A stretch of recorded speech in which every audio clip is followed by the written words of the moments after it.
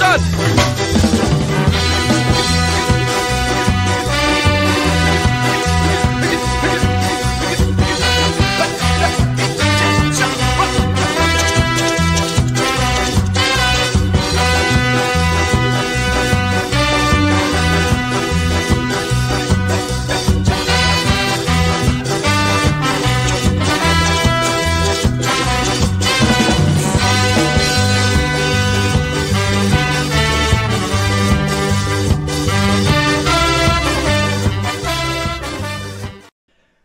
Good evening, everyone. Once again, welcome to another episode of the Police Box Live, where we put Doctor Who in the dock. Tonight we'll be continuing our trial of Series 9 with the Sea Devils. The Sea Devils is an episode that initially deals with strange goings-on in a sea fort. Now, sea forts once played a valuable role in the defence of Britain from seaborne attacks by France, but nowadays are run down, remote, have been untouched by human hands for a number of years, and their best days are now firmly behind them. Talking of which, I'm joined as ever by my co-hosts, Cameron Phillips and David Cummings. That was a long, long way round just to get a dig in. Yeah. Not a good dig either. You're not telling us anything we don't know. We went via the sea and via France, just purely to just emotionally hurt other humans. Oh no, I these like winches to were take slightly you all. old. I like to take you on a journey before I personally insult you. That's, well, yeah, as always. It's always been the way. Anyway, good evening, everybody on the internet. This is the Police Box Live. As I've said, we're going to be doing the Sea Devils tonight as we continue our trial of Series 9. But the eagle-eyed amongst you will have noticed that we're not alone. It's not just me, Dave and Cameron, because we're also joined tonight by a man who is now the proud owner of an authentic John Nathan Turner Hawaiian shirt. See? It was well worth the effort of hiding in a graveyard until 3 AM to secretly exhume the body. From on the Timelash, it's Mark Donaldson. Hello. Hello. I have not now, nor have I ever dug up John Nathan Turner's corpse. I do own one of his shirts that I bought legitimately from Janet Fielding of all people, and here it is today. Yeah, that's a weird thing. But when you turn up to a Doctor Who event and there's a list of not even auction items, just items for sale that say one of John Nathan Turner's Hawaiian shirts, slight tear in the back, £20. What are you going to do? You're going to pay that £20, aren't you? You're going to buy it, yeah. Yeah. Absolutely. So that is what I did. And yes, hello. I'm lovely to be here. It's lovely to have you. I love how we have Mark on the Polish box, and his first sentence out of his mouth is a denial about corpse raiding. Well, it is the Polish box. Let's be honest. Yeah, I know. I was going to say this is the marker of the kind of style of podcast we are. Just to give some more context to the John Nathan Turner thing, in case you're wondering why we're all dressed like CBeebies presenters tonight. Between the last episode, well, some of us are. Between the last episode and this episode, it would have been John Nathan Turner's birthday. So, in honour of the man, myself, Dave, Mark are wearing our most tasteful shirts. Exactly. Oh, that is a lovely shirt. Oh, both excellent shirts. There we are. Yes. I don't know what Dave's got on. Mine is just a Mambo shirt, which used to be popular in the 90s, I believe. But both pale in comparison to the real thing. Oh, crikey. Unlike John Nathan Turner. Well, I'm not even sure what that means.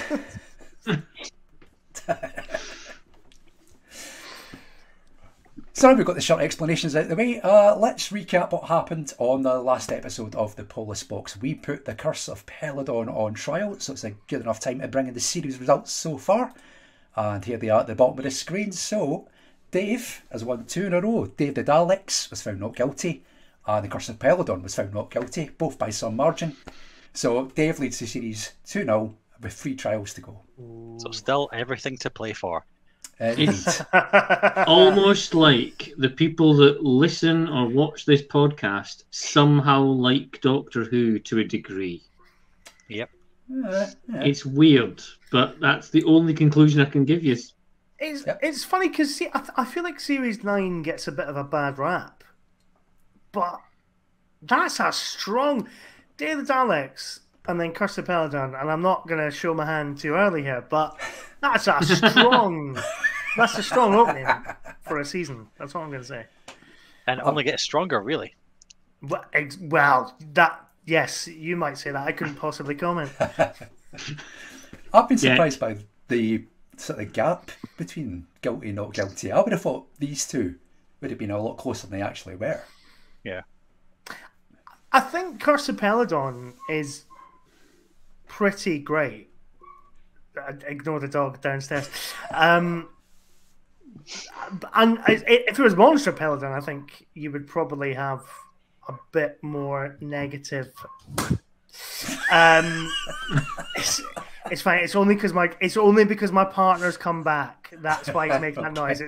I'm not neglecting an animal in need. I'd just like to point that out. No, I think it was like Monster Peladon's garbage, but Curse Peladon's a belter. Yes. And I think, post Brexit, I think everybody loves Curse of Peladon even more. That is one of the main effects that Brexit had, is just people loved that more. Yeah. That's the only effect. I think that was in UKIP's manifesto, was it not? We will make the electorate like Curse of Peladon even more than we have now. Absolutely. See? So, I think Sunak shortened it to 2 phrases now. Stop the boats, big up Curse of Peladon. That was it. Indeed. Yeah. I mean, that's what he said. We heard him with our own ears. That's true. One of his big pledges. Right, so tonight, it could be another stonewaller for the defence. It might be tight. Who knows?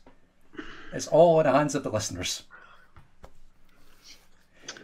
And viewers, because we're live on YouTube. That's true, yes. I still need to get used to that. So if you are viewing on YouTube and Twitter, because for some reason Facebook Live's fallen over again tonight, so we're just on the 2.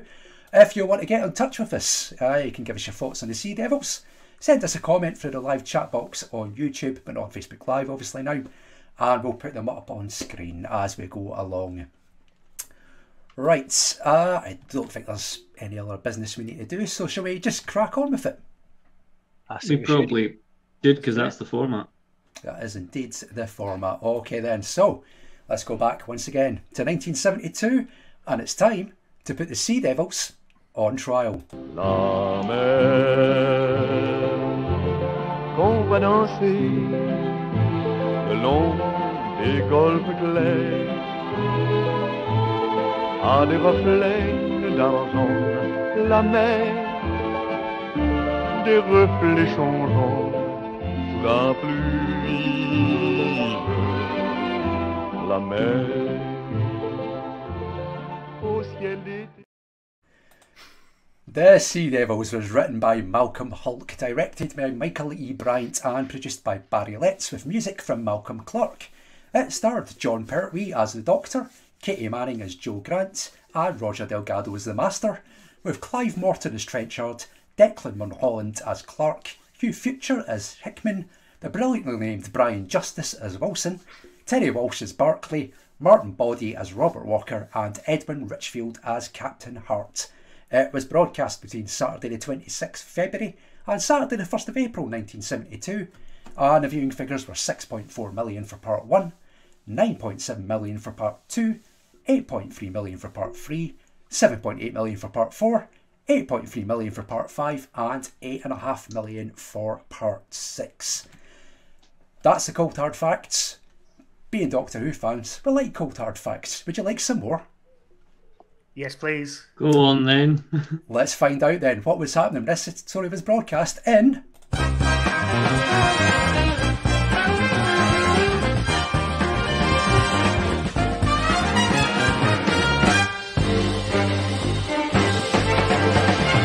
On March the 8th, the highest recorded speed for a gust of wind was measured at 207 miles per hour during a storm at Full Airbase in Greenland. On March 25th, the 17th Eurovision Song Contest was held at the Usher Hall in Edinburgh. It was won by Luxembourg's Vicky Leandros with Après Toi. On March 27th, Dutch lithographer of Impossible Objects MC Escher died. And on March 30th, Czech Republic footballer Karel Poborský was born. Also on that day, Edward Heath, Prime Minister of the United Kingdom, announced in the House of Commons that the government of the UK would no longer use the 5 techniques of torture in the interrogation of prisoners. The 5 techniques were prolonged standing in a stress position, hooding to prevent sight, loud noise, sleep deprivation, and being exposed to Ian Levine's Doctor Who animations.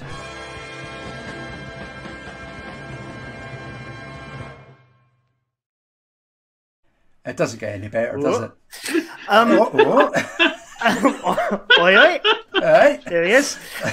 No, I just wanted to commend you, Lee, on obviously this the Sea Devils were all at sea, for not casting any aspersions on Edward Heath in any boats or things that may have happened on boats. So well done. Congratulations. That's not to say it wasn't in the first draft, Mark. But you know, we're a podcast of taste and decency, so I had to remove it. Of course. Of course. Yes. So there's the cold hard facts. That's then done and out the way. Shall we see what our listeners stroke viewers have got to say about the Sea Devils before we start the trial? Yes. Yep. Let's go. Let's do that then. Let's go. This is the law. Chapter 1.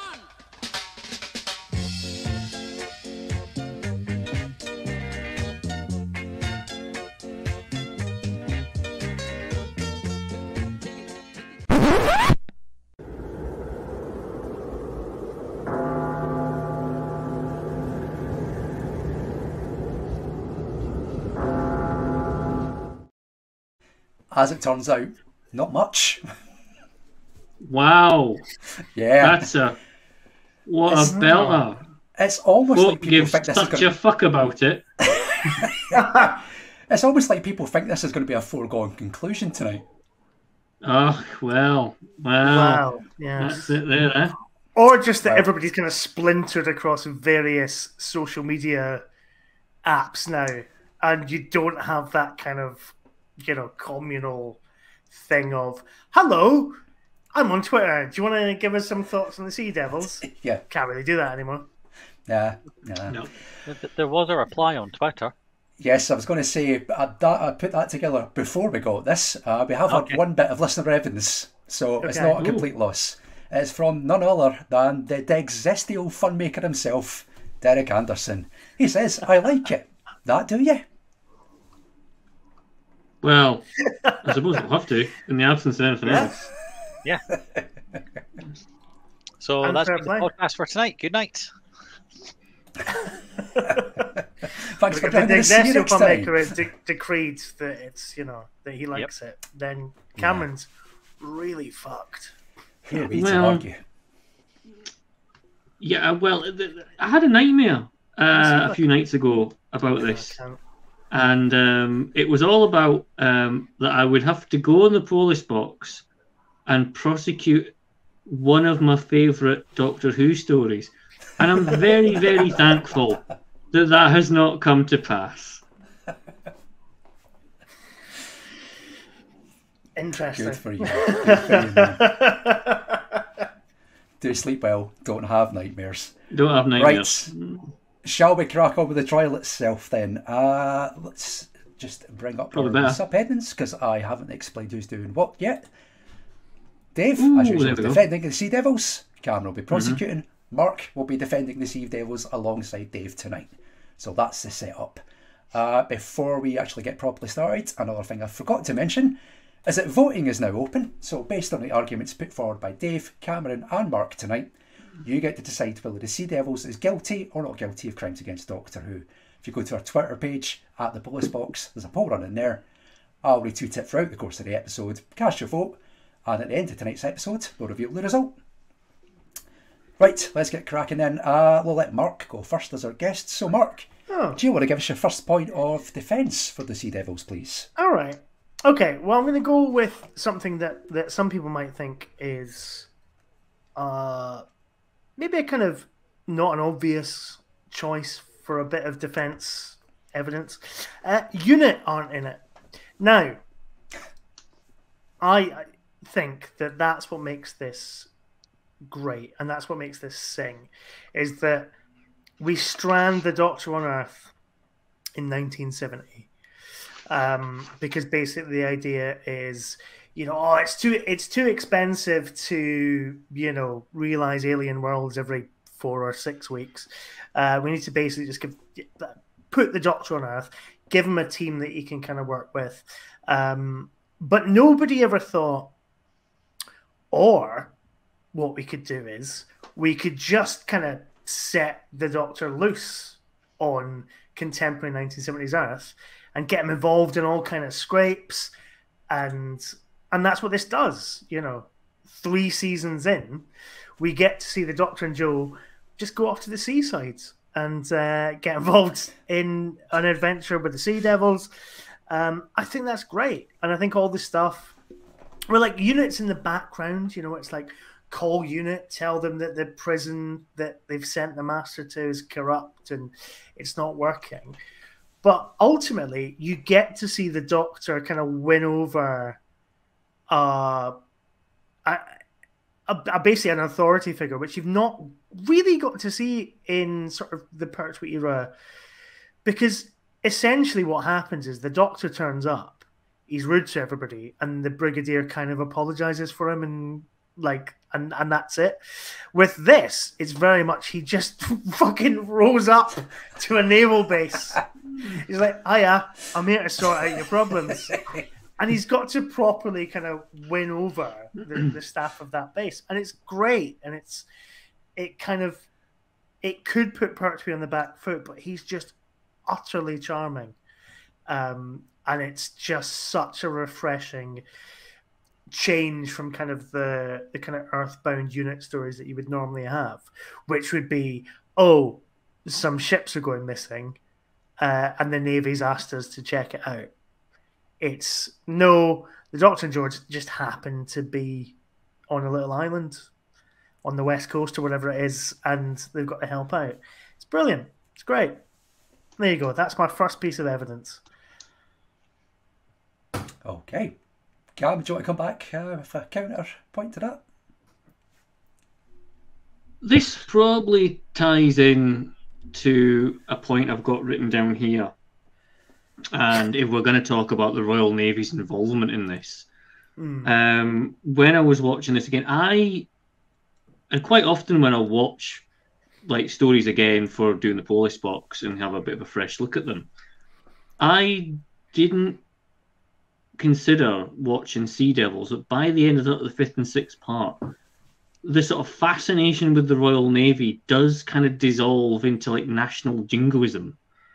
It's very much like, look at our big guns, aren't we so fucking great? And it's okay for the start because I know they wanted to get like the sort of angles on the battle sequences and some insight into that, and use of various boats and weaponry and diving bells and things like that. But there is an element, I don't know if it's just like looking back on it in 2023 eyes to like from back to the 1970s, but there is a certain kind of slightly uncomfortable sort of nationalism going on with defending our waters and all this kind of stuff. It was just a little bit on the dodgy side for me. But I don't know if that's true. Sorry, I'm back. I was just going to point out it wasn't actually a technical fault there. Mark was off getting changed into his sailor costume. Yeah, so just a little no. Sorry, Mark, go ahead. No, I don't know if that's necessarily true though, because I think what I like about this, and you've basically just nicked one of my defense points for later on, but I think what I like about this is that it does have a properly anti-war, anti-colonial stance. The minute that parliamentary secretary turns up, yep. You've got these really brilliant kind of close-ups of him just munching on fucking toast while he's ordering the death of however many Sea Devils and things like that. And it's written by a card-carrying member of the Communist Party as well. So it's all that stuff of defending our waters, defending England. It's all just take the piss out of that very nationalism and that jingoism that you are right. Doctor Who can sometimes kind of fall into it, but I think this is very much kind of sending that up. I'm talking more not as in a story point of view, but as in the actual sort of cinematography of it, of long, lingering shots on various rifles and war boats and things like this. It just got a little bit tired towards the end of the sort of 5th or 6th part for me. But then is that not just because a lot of it is stock footage? Obviously, they've got the Royal Navy helping them on a lot of stunts and a lot of the sort of group scenes and things like that. But there is also a lot of stock footage as well. And it's just to kind of, suggest that the Navy are kind of mobilising against the Sea Devils. Possibility. As I say, I would still say probably overused in that sense. And I say, I don't know if you were aware. It's like I don't know if that kind of level of sort of chest thumping nationalism and look at our navy, our strong navy, is that it probably went over fantastically well in 1970 odd, but in 2023 it is a slight bit more uncomfortable to watch. That's because the modern Doctor is far more anti-military than the Doctor was then. Then he was happily working alongside UNIT all the time. Now he gets upset when people salute him. Or her. So yeah, it's very much of its time. Because the Navy was something to be proud of. Yeah, I mean, it was, it's all for glory and empire. You mentioned briefly there the Minister arrives in for the last couple of parts, Walker. I will have a piece of evidence later on about him. So we'll get to him. Maybe not right now, but we will get to him. Fair enough. On the stock footage thing, I don't think that's necessarily a bad thing, though, because it does help to give this a huge sense of scale. I mean, you think about what would have happened if Doctor Who had gone down the spearheading space route and just been all entirely on location or mostly on location, having these big set pieces. This would have fitted into that sort of mold very, very easily. It does make it feel very, very big. Yeah. And I'm actually going to add on to the point that Lee just made for the defence. Yeah, judges in full floor tonight. The judge, not the judge. But it's going to add on to what Mark said and what you said, Cam. So it's this. Yeah, okay. Military stuff in this feels quite real. Normally, as Mark said, when UNIT's involved, it's actors in uniform suits throwing painted potatoes that they pretend are grenades.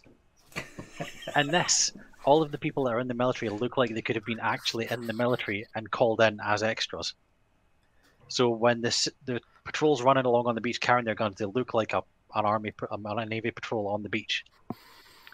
And even when they're on the submarine, the guys on the submarine, they should have looked like they were actors pretending to be stressed. But they go up, Commander, the sub's still sinking. He's just standing there with his hands in his pockets going, yeah, we'll fix this at some point. Check the engines again. And they look like they're just relaxed and used to being in those roles. And I think the stock footage adds to that.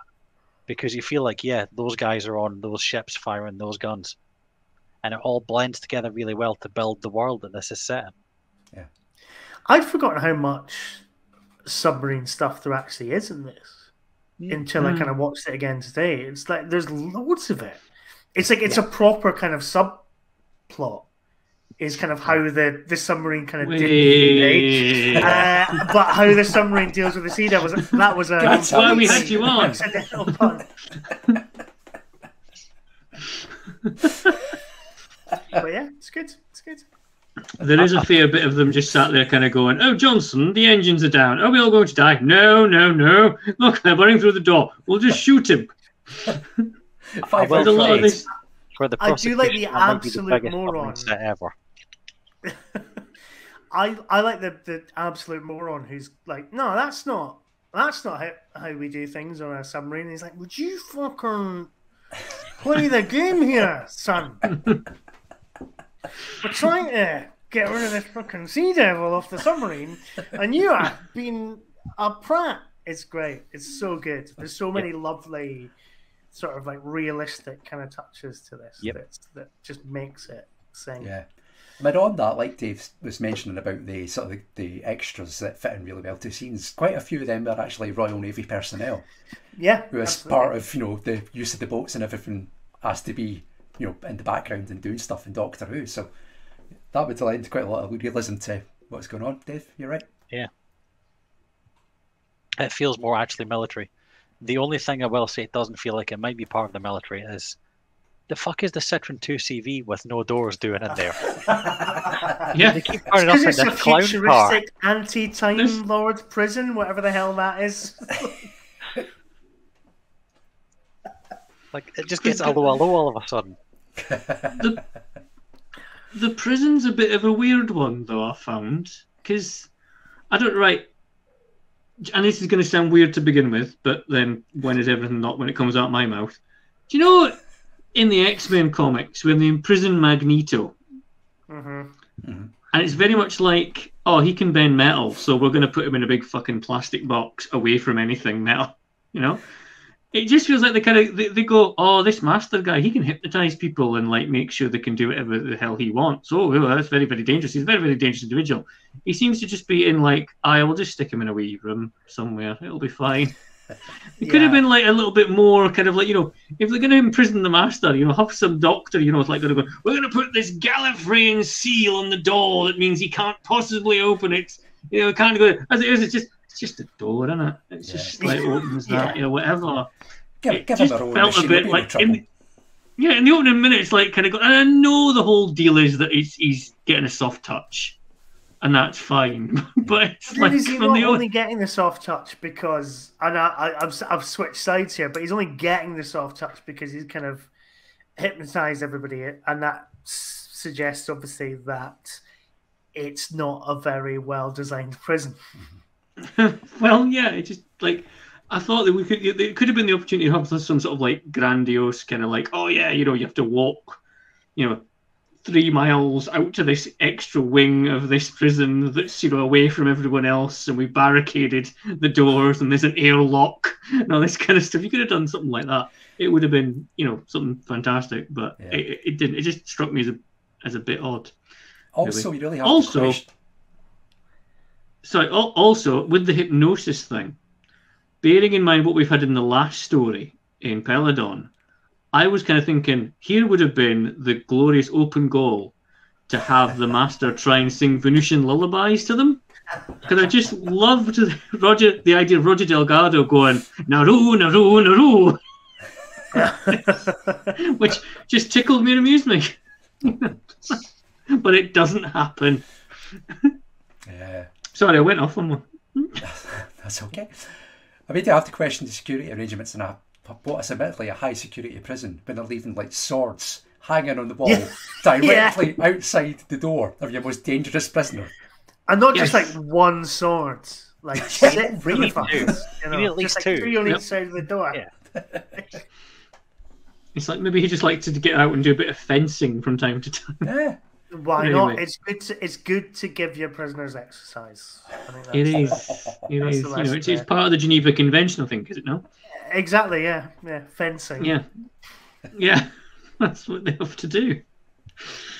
There you go. That wasn't even on my points, by the way. I've just come up with that on the All on earth.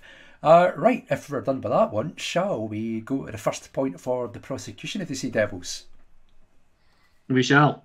Right. The first main one I've got here, number 1 on the list. For being a story based on Silurians or Sea Devils, there doesn't seem to be anything keeping them as the focus of it. So there's a few fleeting glimpses of one at the sort of first couple of episodes. Then they kind of have a stretch in the middle where they're not really in it at all. And then for the last 2 episodes, they're pretty much being the Master's lapdogs. Or lap lizards, even.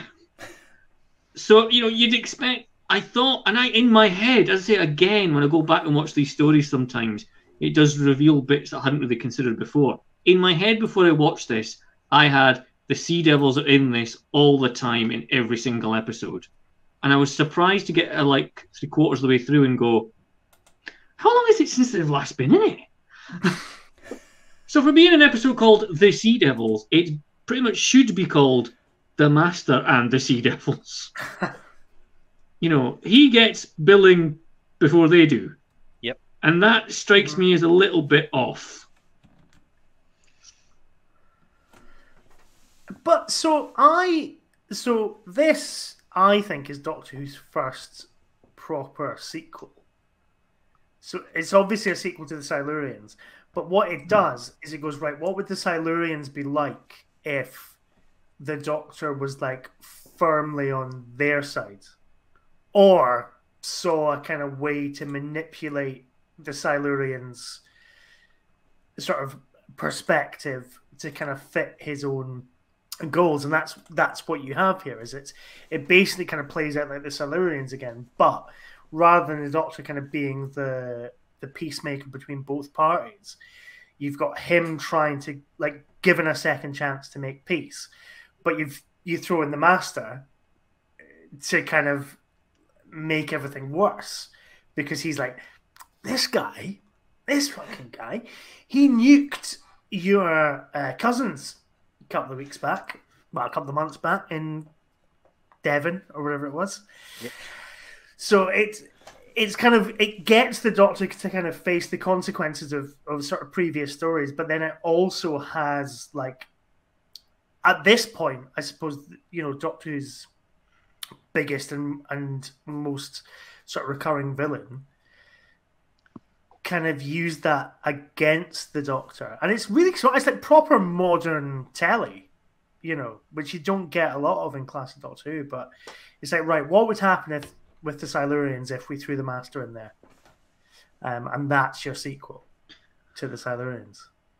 Would you be referring when the Doctor negotiates with the Sea Devils at their base? Would you be referring to the bit where the Doctor needs a diving bell to get down there, yet the Master seemingly teleports there? I presumably just put him in that weird thing. That weird yeah, thing. He's just the weird kind of like prawn cracker thing that they seem to have. Aye, that thing. That thing. Yeah. Aye. But yeah, I remember that. I love Pertwee's face when they open the little porthole in it. That's great. Yeah, but yeah, they literally just kind of like parachute the Master into these parts, and it's. I mean, I don't think I can knock Roger Delgado's performance in this. I think that would be churlish to do so, but I would say that it just seems to be that they've shoehorned the Master in to make the Sea Devils somewhat interesting, because they do seem to spend a lot of time just kind of going, oh, mankind is bad and really, really strong, and we're going to get absolutely slaughtered. Oh, no, we'll win it easy. And they kind of sway back and forth for that for a while. It's like, I felt like they could have made the Sea Devils a little bit stronger and then not maybe had as much of the Master. It feels like the Master in this story is kind of the crutch that the Sea Devils need to actually make it somewhat viable. Also, the fact they make a big play on the fact that the Master's, going to help them and revive the rest of them so they can take over the Earth. It's never quite explained what's in it for the Master on that one. It is. He literally says. He says, the Doctor goes, what's in it for you? And he goes, the destruction of Earth, that planet that you love so much. Yeah, that's all he cares about. Is just winding up the Doctor and, you know, just to piss off his mate and destroy a whole planet. It's just. Oh, look, we've all gone to extraordinary lengths. We've all destroyed planets to have a jolly date with our school pals. And if you're a Time Lord, I know that extends to destroy doubly the so. Exactly. Yeah. We've all done it. Yep. I was actually thinking to myself this afternoon, if you take the Master out of this story, it's a 4-parter. Oh, yeah. Because you get the Master stuff out and it's just a human experiment, pulls up the Sea Devils, that's why they're sinking ships. The Doctor goes to talk to them, it all goes wrong because of the Navy. End of part 4, story's finished. But the addition of the Master fleshes this out. So instead of just being the Doctor against an evil baddie, you've now got the Doctor against people who aren't evil baddies. They're just trying to survive. And it's the Master that's fucking everyone up. Because one of my points is, the Master is a dick. He manipulates everyone around him just because he can. He's got control of the prison, but he doesn't just escape even though he's in control of the prison. Why does he work with the Sea Devils? What's his end game? He doesn't have one. He's just a shit-stirring smart arse, is literally what I've written down. Yeah, it absolutely is. That's what he does. He just starts shit to see what will happen. And that's basically his role in this entire story. Yeah.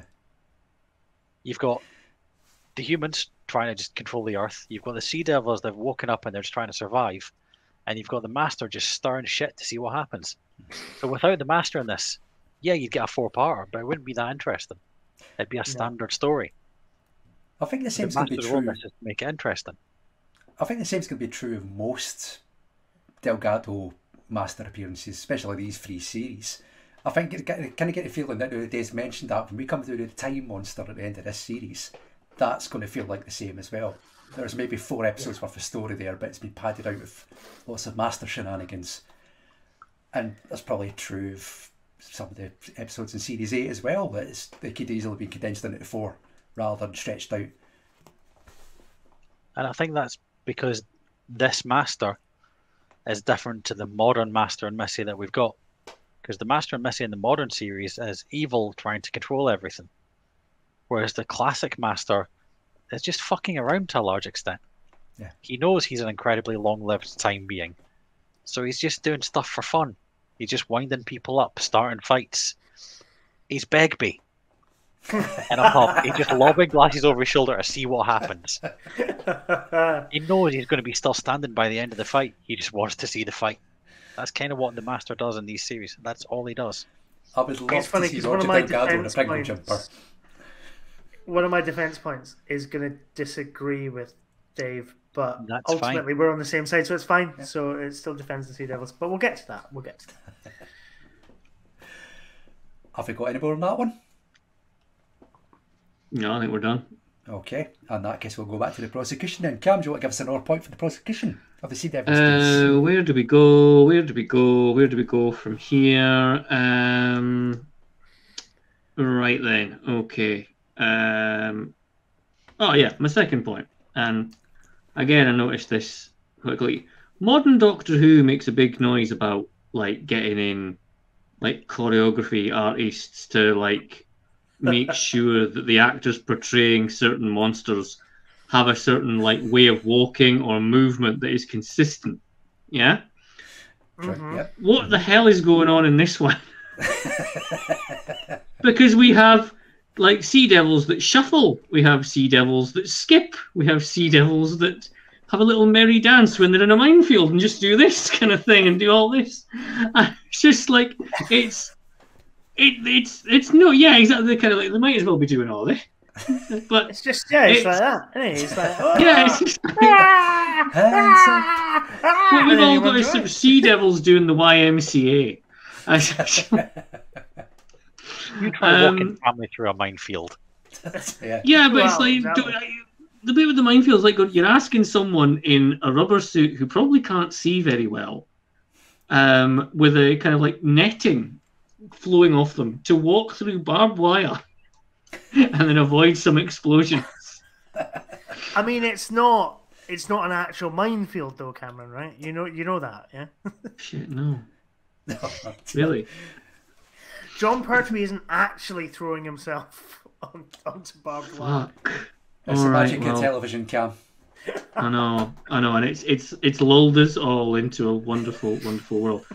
Yeah, that's my main thing. It's like there doesn't seem to be any sort of consistent agreement that sea devils are from the bottom of the sea. If they went on land, they would walk something like this. And there seems to be no meeting that agreed on this. So it, therefore, it's very, very difficult to obtain and uphold a kind of like idea that this isn't just someone in a suit, which I know obviously is the magic of television. But you'd think that they would have actually just had some sort of agreement on that score as far as the way that a sea devil would move. Personally, I was of the opinion that it wouldn't have been way, way better if they'd have suddenly like jumped up and floated through the air. That would have been cool, wouldn't it? What, like, That would have been what, great. Just fly. Just fly. Why Yeah, I know. would they I know. fly? Would it?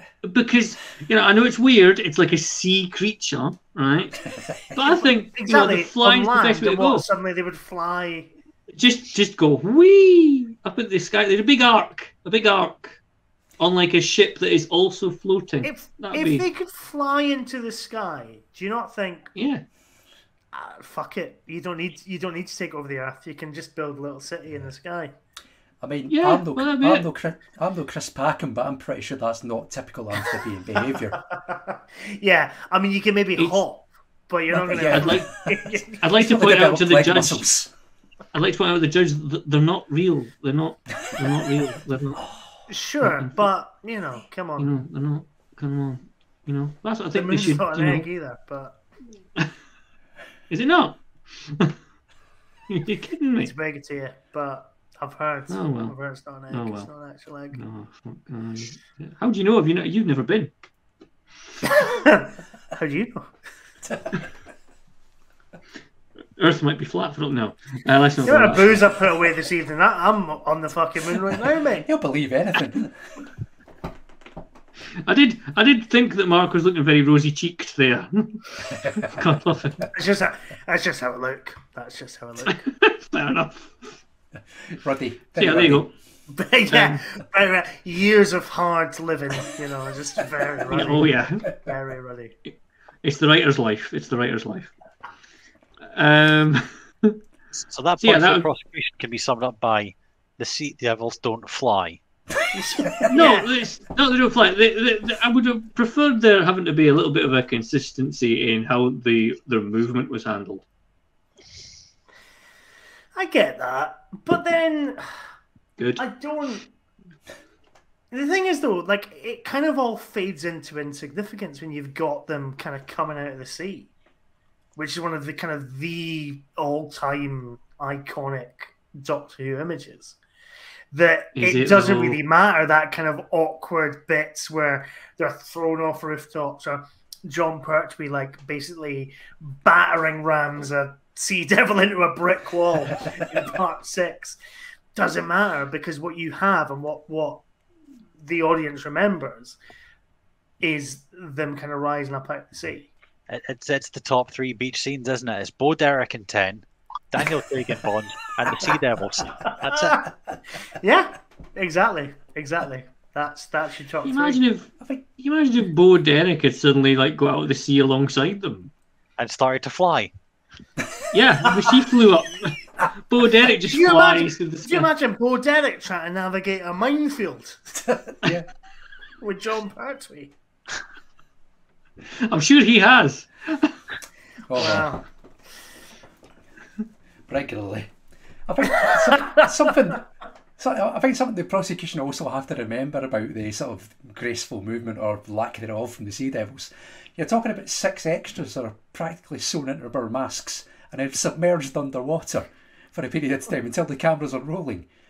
You try and walk in a straight line after doing that if they've been in that situation. Why, by the way, I noticed, and this is maybe my day job talking to me, why does one of the Sea Devils in that scene have conjunctivitis?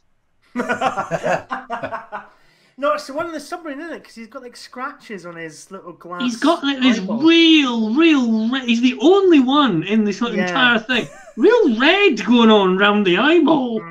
It's like a little little thing coming down here. Like I'm going, that's conjunctivitis. So does That's the in both parliamentary eyes. He secretary. should have been careful. Do you not notice it in the parliamentary secretary as well?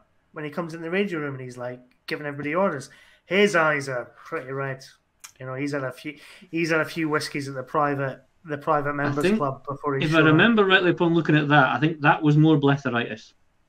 Right. Okay. No, it's good to know. It's good to know. Right. This, ladies and gentlemen, is the magic of Blu-ray. Yeah. Matthew Purchase is right all along. You don't notice these details in standard definition, do you? Adds to the story. Adds to the story. Listen to the Polish Box, the only Doctor Who podcast with a genuinely trained optometrist. Is that the word? That's not the word, is it? Optician. No. Whoa. Oh. No. Oh, No. Not registered. No. You're just a bloke. You're just a bloke. It's just I'm an OA, 18 years worth of dispensing prescriptions. I have to point out that if the GOC are listening, I am not in any way claiming to be a qualified professional. Okay. Thank you and good night. 18 years of experience of just folk walking up to my front desk going, I've got this sore eye. Right. Did any of them fly afterwards? Well, Straight into the Carlisle sky. some of them I wish they would. But there you go. I can't even remember how we got there, but never mind. Yeah. Got there. But we did. We did, and that's what matters. Okay, before Cameron subjects us to an eye test, let's go back to the defence. Dave. When was your last one, though, Lee? When was your last one? Not that long ago, Cam. Stop turning for business on a podcast. Actually, to be fair, I could do with a new one. Mine was I get 3 a years headache ago. around kind of 3:30, 4 o'clock in the afternoon. I got to go and have a lie down. I need an eye test, right? I need an eye test. Just because I'm willingly taking the day a shilling to advertise on the podcast now doesn't mean you time for business for your opticians, okay? I should also say that because obviously on the Timelash, I am drinking some themed booze. So obviously we're off to the seaside with the Sea Devils. I'm currently drinking. Well, I've finished it now, but got Northern Monk flake and sauce. That is tasty. Ice cream I've had fillet. that. I had that at the weekend. Delicious. And I'm just about to open the other one, which is the Rocket Lolly. So yeah, so I'm having a lovely seaside time in my spare room. I made the fatal mistake of opening a can of flake and sauce at the weekend in front of a Geordie. You can imagine the disdain. Right, yeah. I'm lucky to be here to be able to tell the tale, really, to be honest with you. Well, my drink of choice tonight is an entirely unmarked can. I have no idea what was in it. But where did you get it? You still don't know what... Where did I get it, Dave? Where did I get it? I got it from my pal at Dare Breweries. They make lovely pints. Have you deliberately taken the label off just so you can keep saying Dare Breweries? Dare Breweries? Yes, I have. They were a great brewery. Anyway, sorry, Dave. Sorry, Dave, go ahead. All right, then. We and I get shit-faced.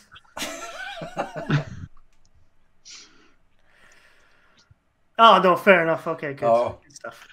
Yep. Can I point out to the public at home that I'm the only sober one here? Let's see how that works out for you. Yeah. We'll still win. We could win this. I've just checked the Twitter. I've just checked the Twitter poll, so yeah, maybe. Yeah, right. You want a drink now? Slim chance. You know. See, so I'm going to challenge Cameron's last point about the Sea Devils. All right. I think they're a great opponent for the Doctor. Opponent's not necessarily the right word, because I said they're not up against the Doctor in this. But they're a great alien. But again, that's the wrong word, because they're not alien. They live on Earth. They're from Earth. They are representing people who are different from us, but they are the same, which is kind of like a standard Doctor Who thing. Most traditional bad guys in Doctor Who are inhuman. You've got like the Daleks, or they're like Alpha Centauri, and they're just completely different to us. The humanoid ones are usually like the Cybermen, where they're again complete humanity's been removed. They move relatively like people most of the time, and they sound relatively like people most of the time. They don't sound like asthmatics that have just run upstairs like the Ice Warriors last week. They don't sound like they've just sucked a balloon full of helium like Alpha Centauri last week. They actually look relatively relatable. And I think that's a great thing for an opponent for the Doctor to bring. Because normally we see the Doctor wants to kill people, or they're human with stupid hair. Whereas the Sea Devils are alien enough to be different, but they're similar enough to us that we can actually see where they're coming from. And I think that's a great thing for the Doctor to be up against. Whereas, yes, they might wave their arms funny sometimes, and Cameron wishes they could fly, but I think they're a great non-alien opponent that isn't actually an opponent for the Doctor.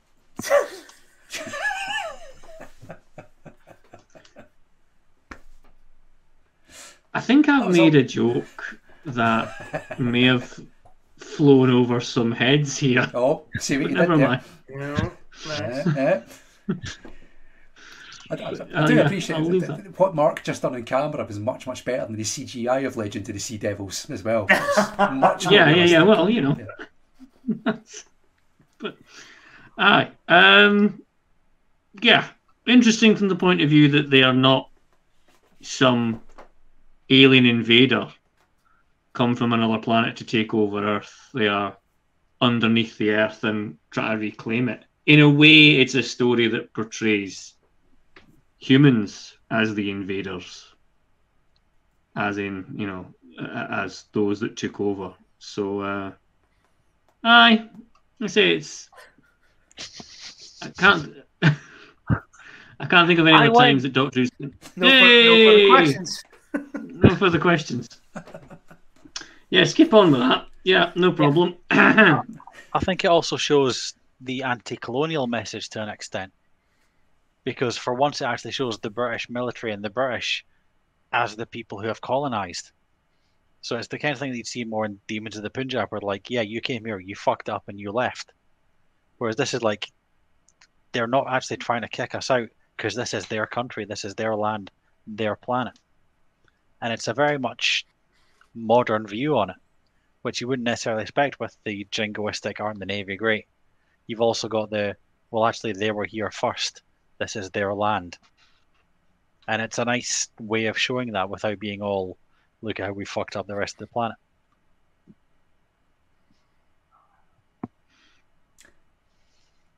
Okay, sounds like we're probably done with that one.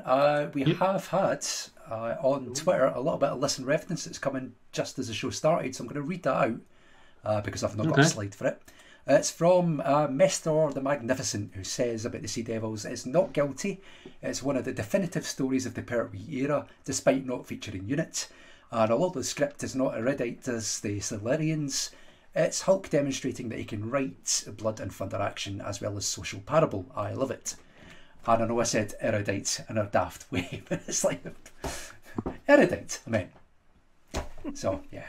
Yeah, but the more times you say it, the less sense the word makes. So that's So it comes to reading on the fly. Anyway, that's Mestor's thoughts on the matter. Shall we go to the next point for the defence? Oh, for the defence. Did we not just have it? Or was it? Did we have a defence? I think it doesn't really matter anymore. Because the Devils were a great opponent for the Doctor, but apparently that wasn't for the defence. Yeah, I thought Dave just defend. Yeah. Okay, in that case, we'll have an point for the prosecution then. Can we talk about the character of Walker? No. Okay. Yeah. Yeah. It's one of the most nuanced and interesting characters in the whole story. No. Walker. So he turns up quoting Shakespeare and "Let's slip the dogs of war." Yeah. And demanding breakfast. To be fair, that's not how he comes in. He's not just like bursting the doors open. Like, cry havoc and let's slip the dogs of war.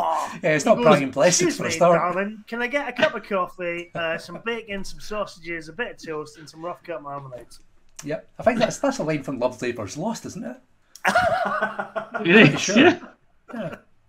I'm no aficionado, but I'm fairly certain. Now, I'm more concerned with his two modes of character here. One is patriotic arsehole who is like chauvinistic to, you know, a chauvinist and bossing people around he thinks are lesser than him. When he claps eyes on a Sea Devil for the first time, he seems to just instantly revert to sort of petrified schoolboy who literally at one stage is tugging Captain Hart's trousers in a kind of like, oh, daddy, protect me. And then within about 10 minutes after that, he's back to being a militaristic arsehole again. But then isn't that kind of that type of character though? It's someone who's never really seen military service. It's someone who absolutely loves the idea of the kind of British Empire and that kind of military dominance, but has never actually had to play any role in that whatsoever. And through like quirks, fate, bloodlines, whatever, has got himself into a position high enough where he can kind of give all the orders, but he doesn't really understand what those orders mean and the kind of implications of those orders, so that when he's faced with the enemy, you're absolutely right. He's hiding behind Captain Hart's coattails. And then the minute he thinks it's safe, he's back up to sort of Blood and Thunder kind of jingoism. It's more the kind of switch between the two. There's no sort of effect on him in the final part of, he's just basically back to being what he's at the start, even though he has seen the Sea Devil and has been petrified. It just feels like a complete jarring shift in character. It comes across as like two completely different characters. I don't know though, because I think we live in a world now, like, Donald Trump is still running for president. People don't learn. People don't, things happen. People see terrible shit, but then they still kind of retreat into this sort of default state. And I think, you're absolutely right. That's what he does. That's what Walker does. But I think actually that's possibly one of the more realistic sort of Doctor Who characters, rather than those ones that are just like, "Oh, Doctor, you were right all along. You've completely changed my outlook on the whole world," which is a wonderful. I wish people could do that, but that's kind of sadly not what happens. Yeah, I think a comparison could be made to the Idiot's Lantern, where the dad's all pro Blood and Thunder for the Empire, but he didn't fight in the war. He didn't do anything. Yeah, he's just angry and shouty. And as soon as he gets faced down, he runs away and hides. But then when the thing that scared him has gone away, he's back to being Blood and Thunder again, and I'm in charge. And it's the same thing. It is that he's never faced this before. So as soon as he faces it, he's terrified. But once the threat's gone away, he goes back into the safe place where he used to be, where he's fine and he's in charge and he knows what's going on. And I think it's a very good character. It's exactly what they would do. We're in a story where, obviously he's very similar in character to Trencher in that sense. Yeah. And at least Trencher it's interesting has... that he turns up after Trencher dies.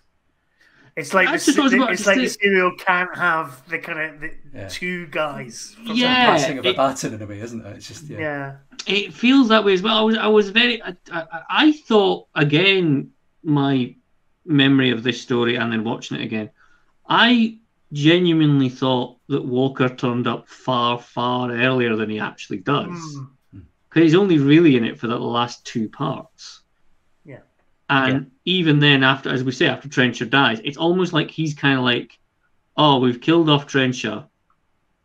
We now need someone else to replace him, in that kind of vibe going on of Queen and Country. I think.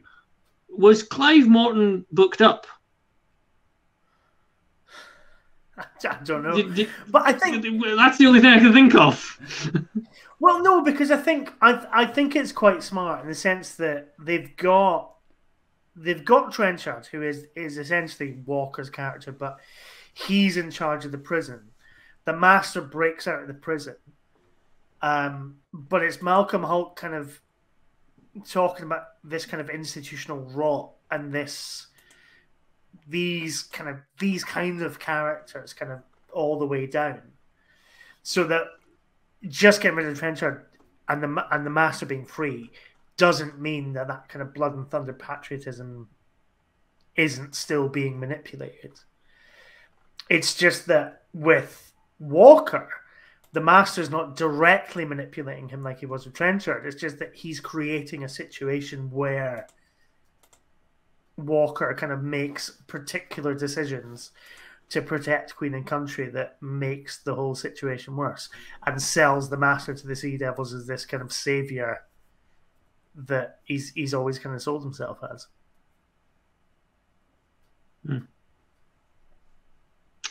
The defense rests. Yeah. Okay, seeing as the defense is... Oh, sorry, Cam. I was thinking... crying out loud. Christ. What does it matter? You're not hiding to nothing tonight. Probably It's the Sea yes, Devils. but I'm Everybody loves the Sea trying. Devils. I'm trying. Like I say, Except for at Dylan Reese. least it's not like I have to prosecute one of my favourite ones. That would be awful. Terrible. Oh, I'd be sweating bullets doing that. I'd be lying through my teeth, coming up with points that I don't actually believe in, nitpicking like some stupid wee fanboy.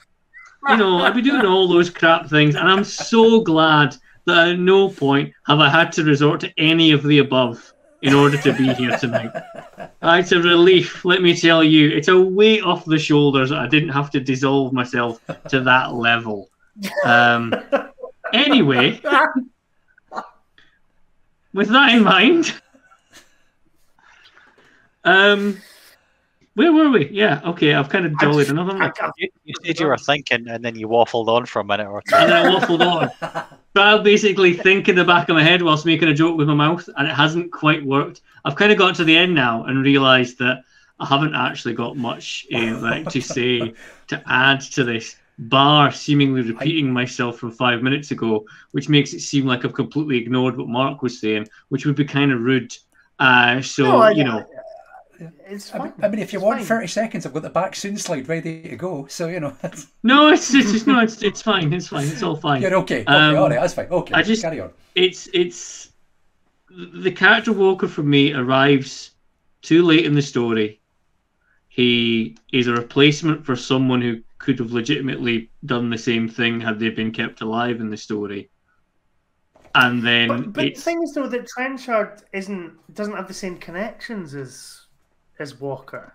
So it's like Walker kind of comes in to expand the story kind of wider into the... I know you're just clutching because you love this story, and I'm sorry for... How dare you? How dare you, Mark? Order! Suggest such a thing. Good God. The defence have slung a bar about the prosecution across this courtroom I tonight. may have to step in and sort of calm things Yeah, down. the jury can strike that last... Get that gavel out, Judge. Come on. Good God. I know the Juice Forsyth has surely loosened that wrist. Get my gavel out. Loose wrist, what are you suggesting? Honestly. I'll hold you in contempt of court in a minute. Oh, Christ alive. Good God. Yeah, right, anyway, next point. Let's carry on. Okay, right, okay. Sounds like we're done with that. Okay, let's have another point for the defence then.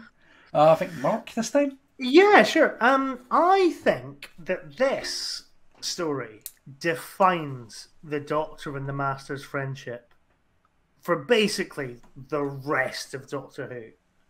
I think the 80s maybe forgets a lot of what's happened here, but if you look at Capaldi and Gomez, it's 100% the Doctor and the Master in that prison in the Sea Devils.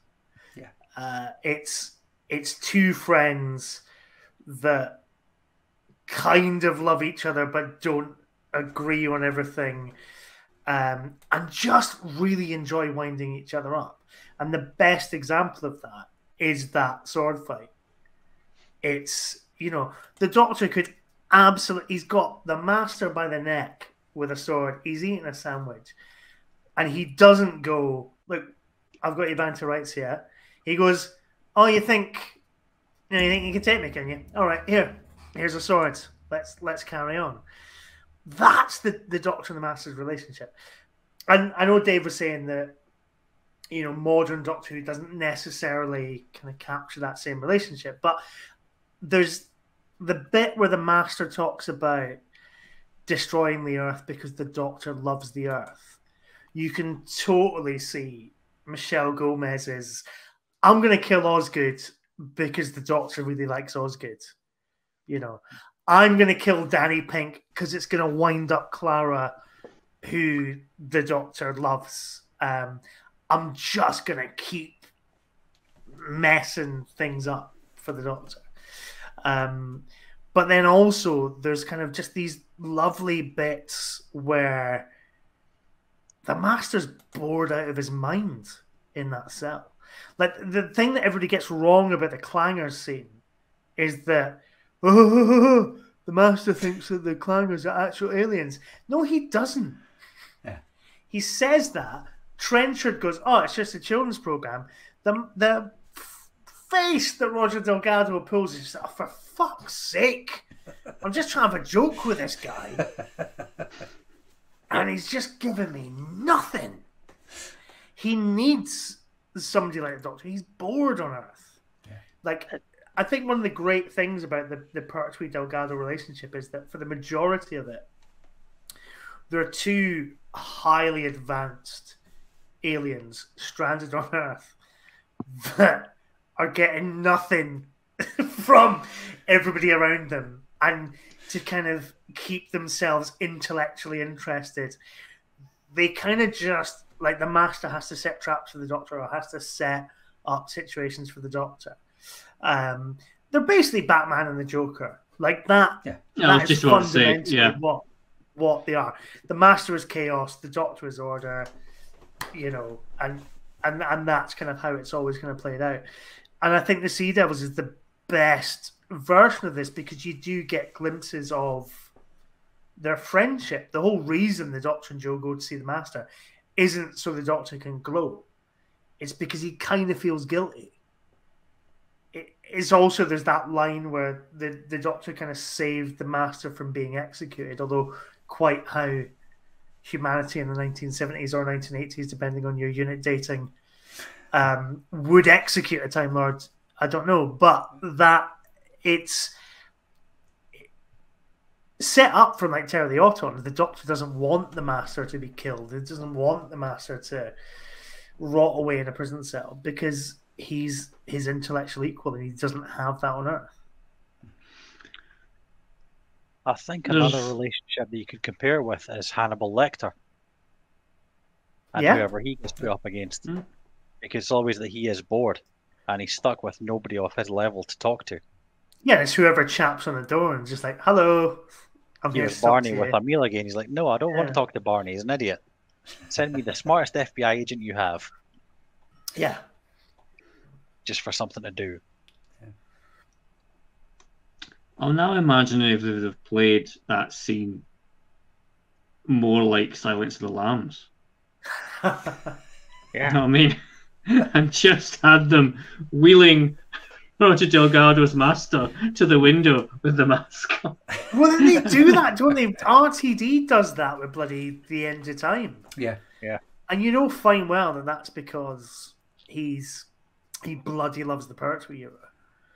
Like, the whole stuff, all the stuff with Joe communicating with the Doctor through the window, it's the 10th Doctor and Donna. It's like, this is like fucking patient zero for RTD's Doctor Who, I think. You know. Patient zero would infer some sort of mass infection. Well, I mean, you know, it's been 18 years and we're about to do all of this again, so, you know, maybe. Yeah, we are, yeah. And people are going to sit there and hope that he writes exactly the same stuff he was in 2007. But, you know, which isn't going to fly. It'd be nice if you could write something new, but hey, it's fine. You know, as long as it's not Jodie Whittaker. Yeah, Idiot. and her flying lizards. We're all fucking idiots. Anyway, sorry. Didn't the Flying Lizards have a Christmas #1?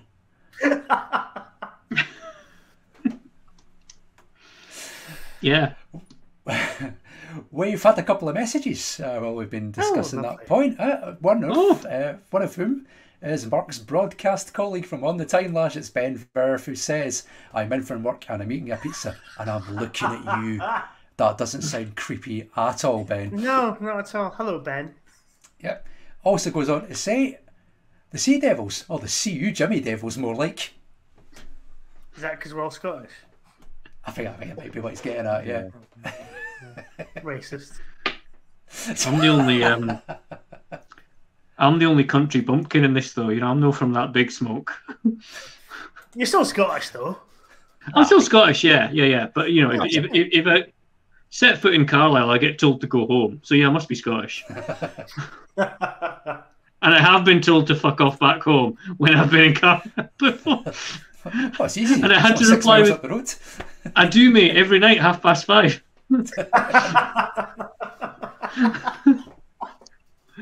When I finish here, yeah, I go home. Carlisle's Nice a to hear lovely, from Ben. lovely place for balance. Yes, yes. Thank you, I just, Ben, for I getting just in love touch. Ben finishing work and just getting a pizza. I wish, yeah. Yeah. You don't really Nothing's get to like do the that when you others. work from home. Yeah. You can get one Well- delivered, though. Surely Domino's is a thing. No, I could do that, but they're You could do starting it to right. recognise. They're starting to know my name, and I started to, recognise delivery drivers. You got to like change things up, Yeah, you gotta like that, yeah. I think it's when they start like phoning you if you haven't ordered for a while, asking if you're okay. Yeah, and it's also when they don't ask for the verification number. That's Yeah, when they know that's also a bit of Yeah. a problem, yeah. I went for a pub lunch with my learned other podcast colleague Jodie Al once, and the pub landlord sat down on the table next to us, looked at Al and went, "It's Friday afternoon. You were here on Sunday afternoon, Monday lunch, Tuesday lunch, Wednesday night, Thursday afternoon, and now here.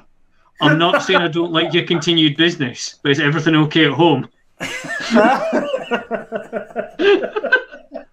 So, I just had to laugh. That's good. Man.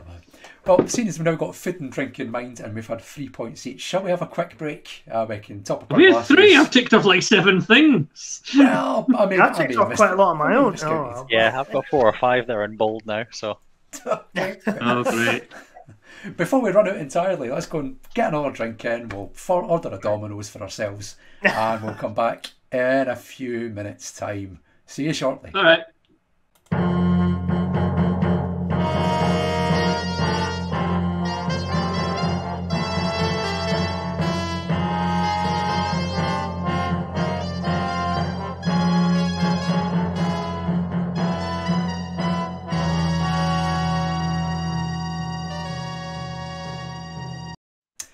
And we're back. So, because we're at the halfway point, I thought I would do what Pertwee does halfway through the Sea Devils and have a little tot of whiskey. Nice. Well, but if we're talking booze, and the Polis Box doesn't believe in product placement, but I'm having a lovely beer from Dea Brewery. Unexpected item in the baggage area. That's from Dea Brewery. They're Dea Brewery. great. They are great. They're wonderful. Their HR manager's a wonderful person as well.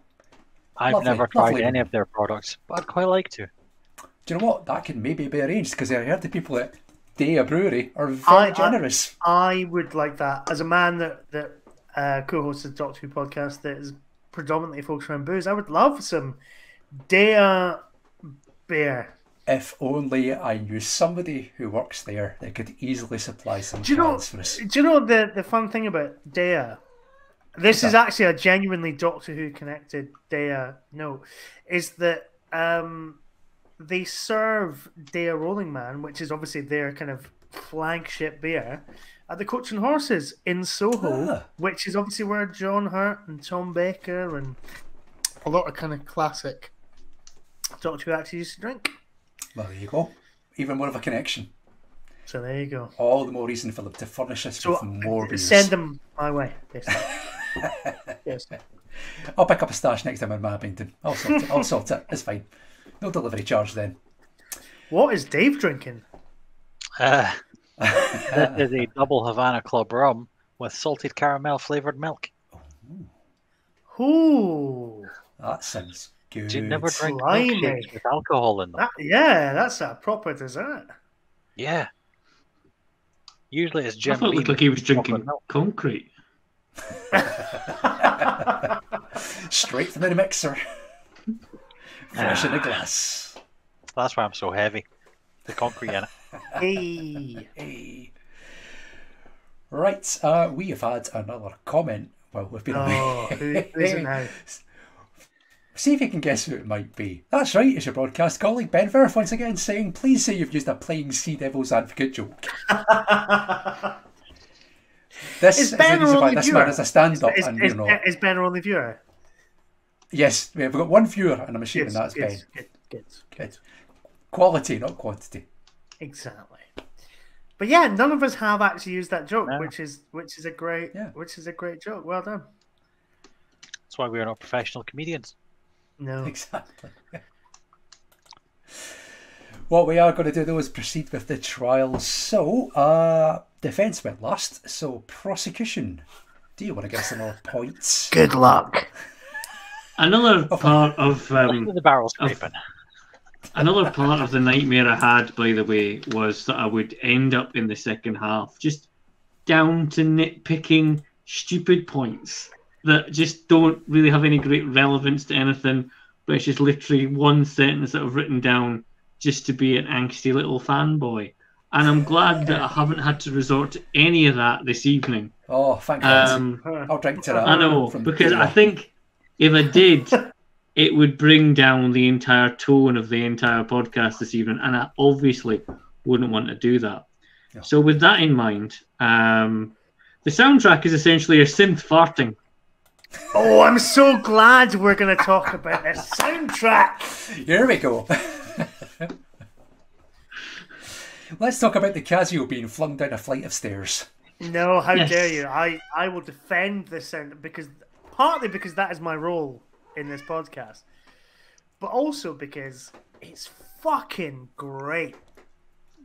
And it, though? actually, I appreciate it more each and every time I watch the Sea Devils. But please, Cameron, do tell me how shit it is. I'm gonna just I'm just gonna lean back. Oh, please, just tell me how it is. Prosecution kids, give me some evidence. Just tell me how shit it is. No, I think I'm gonna err on the side of simplicity. That towards the end, it's just essentially just like lots of keyboard farting going on. It's just this flatness all the way through it. That's all. I'll keep it there. Is that uninspired. literally? Because flatness, I look. You can see a lot of things about Malcolm Clarke's score for the Sea Devils, but flatness is not a word I would use. I think this is the first and possibly only, like, I love Doctor Who soundtracks. I love Peter Howell, Delia Derbyshire. I think Doctor Who music, is kind of the history of kind of music. It all kind of parallel develops alongside each other. But Malcolm Clarke's score for this is not flat. It's the first time a Doctor Who soundtrack responds to the story. Like, it literally responds to the story. There's a bit I'd completely forgotten about until I watched it today, where the music, like, actively, it's something, I can't remember exactly what she does, but there's something Katie Manning does. There's like a mime or something. I think it's when she's kind of trying to communicate with the Doctor. And the music is in time with that movement. And it's really corny and it's really silly, but it really works. Is it the bit where they're trying to get the Doctor out of the chair when he's handcuffed to it? Yeah, and she's I like think kneeling it's- down behind him and the guard falls over and all kind of like, yeah, aye. All right, I know what you mean.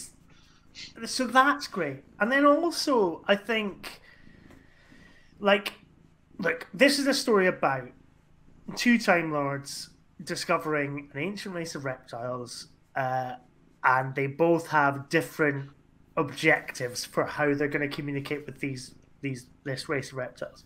And for quite a long period of it, even though it kind of ends up building to nothing, they can only communicate with the Sea Devils via sonar.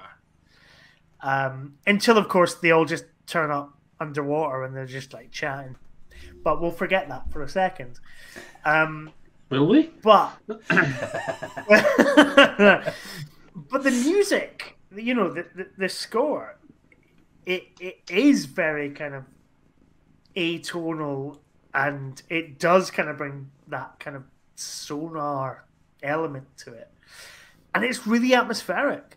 And I think it's it's Doctor Who music responding to the visuals in a way that I don't think, as much as I love, like one of my favorite Doctor Who scores of all time is Peter Howell's score for the Leisure Hive, because it's like There's a reason somebody edited together a video of Blade Runner, like the opening to Blade Runner, with the score of the Leisure Hive, and that's because like Howell totally got the brief when JNT was like, "I want modern synth music to score Doctor Who," and I love all that. However, I would argue that it doesn't necessarily respond to the images, which I think this does, and I think Murray Gold does, and I think Segun Akinola does. And it's the first time I think in classic Doctor Who that the music really responds to the story and like enhances the story. And I know Barry Letts hated it, and I know people say it's not great, but I do feel that as the years go by, more and more people kind of appreciate it more. Like, I feel like when I was growing up in the 90s as a fan, people hated the score for the Sea Devils. But now it's kind of this, like, oh yeah, you know, it's that kind of Six Music thing of like, oh yeah, it's really, it's actually ahead of its time, you know. And we're going to dedicate a whole month to Malcolm Clarke's score to the Sea Devils, you know. It's that kind of thing. And I love Malcolm Clarke. My favorite Malcolm Clarke story is that he, and I think I said this on the other Timelash we did about the Sea Devils, which was that apparently Blue Peter was doing an episode where somebody had discovered this kind of ancient Egyptian instrument that nobody had played for centuries, and Malcolm Clarke broke in to the Blue Peter studios, pilfered the instrument, recorded all the sounds off it, put it back in the studio, and then he's like, right, well, I've got digital copies of all the sounds that this weird, mad, ancient Egyptian instrument made. I'm going to now just use that in whatever work I do with the Radiophonic Workshop. Just one of the many crimes committed at Television Centre, eh? Wow, yes, yeah. And so it's basically, it's the junking all the episodes. It's stealing an instrument from Blue Peter, and there's all the sexual abuse that happened. That's the hierarchy. Yeah, absolutely.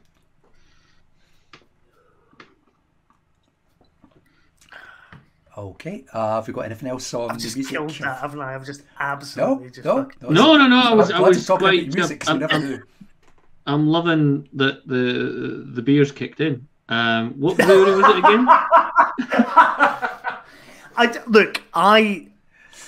I really like the score to this, and I don't really have any rational reason why. I just think it really works. Why?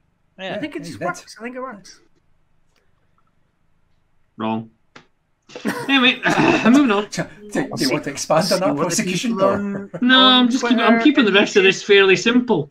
Come on, channel your inner Bob Harris. Tell us why it's awful. Come on. Get your tank top on.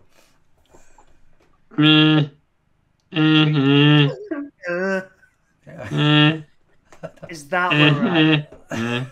Well, my lad, if the prosecution can only make guttural noises, then I don't know why we're still standing in the courtroom.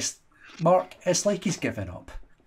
It is. It's almost like this is one of his favourite Doctor Who stories of all time, and he's had to somehow prosecute it for crimes that he's just got to pluck out of his arse. Yeah. Crass allegation. None of this was plucked out of anyone's arse, nor mine, or anyone's.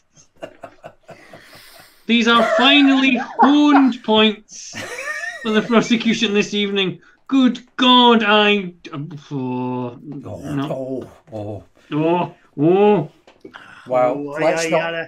let's not anger the prosecution any further. So, Cameron, do you want to scrape right through the bottom of the barrel and give us your final point for the prosecution? Yeah, we're busting right the way through. Anyway, Can we talk about how the Doctor wants to seemingly starve Joe in one scene with the plate of sandwiches? Oh no, come on. It's really busy. You know, people talk about kind of like, oh, you know, Joe and the Doctor, they got along so well, they're so nice. So, oh, she was like a proper father figure to him. There seems to be randomly, he's like, no, you can't have that. I'm going to have that and share them around, but you can't have now. You can't eat anything. Fuck you. What's that all about? It's not like he said she was looking chunky or anything. He's No, what it's just, it's just, he just kind of doesn't, he's like, oh no, I'll have that. Oh, do you want a sandwich? Do you want a sandwich? Oh, I've run out of sandwiches. Oh, that's a shame. It's literally just kind of going, taking the plate off her hands, going, oh no, you can't eat sandwiches at a time like this. This is a crisis. And then eats them himself whilst talking about crisis, and then shares with other people whilst talking about crisis, and then essentially hands Joe an empty plate and goes, oh, sorry. Yeah. Established very, very early on in the John Pertwee era that the Third Doctor is just a hypocrite. And that's all this is. It's just like another example. I love all these little bits in the Sea Devils of the Third Doctor. Just these little minor, like when they first go and see the Master in the prison. I just, oh, you want to go and speak to the prisoner? And the Doctor's like, well, yeah, if I get a bloody chance. Or you're fucking gabbing. And then the bit where the Master kind of, nicks all that equipment from the naval base. And you've got Trenchard kind of talking about the golf tournament coming up at the weekend. And you've got the Doctor and Joe just like, for fuck. Will this guy ever stop talking about the bloody golf tournament? He's a boring bastard. I love it. I love all of this. And I think, like, like what you've said there about the sandwiches has actually tapped into a thing that I wrote here as one of my defenses, which is Malcolm Hulk properly understands characters. Like the minor of minorest characters, like those two guys playing drafts. Well, no, they don't play drafts to begin with. They're playing cards or whatever. And then you can't lose anything by drafts and all that. That's great. Like, you really believe that's just two guys. It's the Flan and Isle sketch from Chewing the Fat. Like, that's what those two guys are.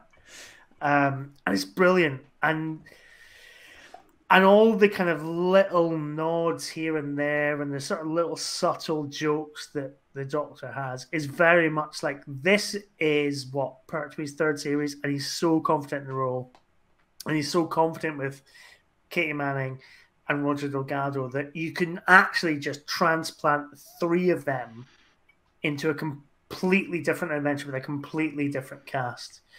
And obviously we have had that in Colony in Space, but in the previous series, but I don't think it works as well as it works here.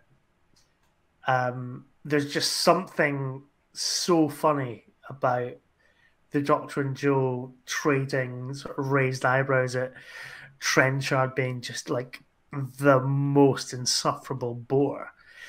And I think the sandwich stuff is also that. It's the Doctor kind of being that person who always has to kind of be center of attention. So he kind of pilfers the plate of sandwiches and he's handing it around to everybody, but then he forgets the fact that he's forgot to leave a sandwich for his best friend. Yeah. And it takes the sort of naval, I've forgotten her kind of role, but obviously it's far greater than she gets sandwiches, because the whole joke when, what's his chops turns up, Parker, when he turns up, is obviously she's like, well, I'll get the, I'll get the staff to get your breakfast. The joke is that the Doctor's so focused on being everybody's pal that he forgets to leave a sandwich for his best friend. That's great. That is so great. That says everything you ever need to know about the Third Doctor. Yeah.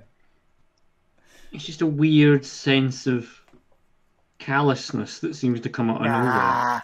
It's not like in Smile. In Smile where like they give like the 12th Doctor like 2 plates of food and they give Bill 1 plate of food, and the joke is kind of like, all women should eat less because men need more food. And the doctor kind of goes, oh, well, no, it's because I've got two hearts, so they see it as two life signs, and that's why they give me a bigger plate. It's that. Like, everything in modern Doctor Who, I think you can pull back to John Pertwee and Katie Manning. Wrong. Okay.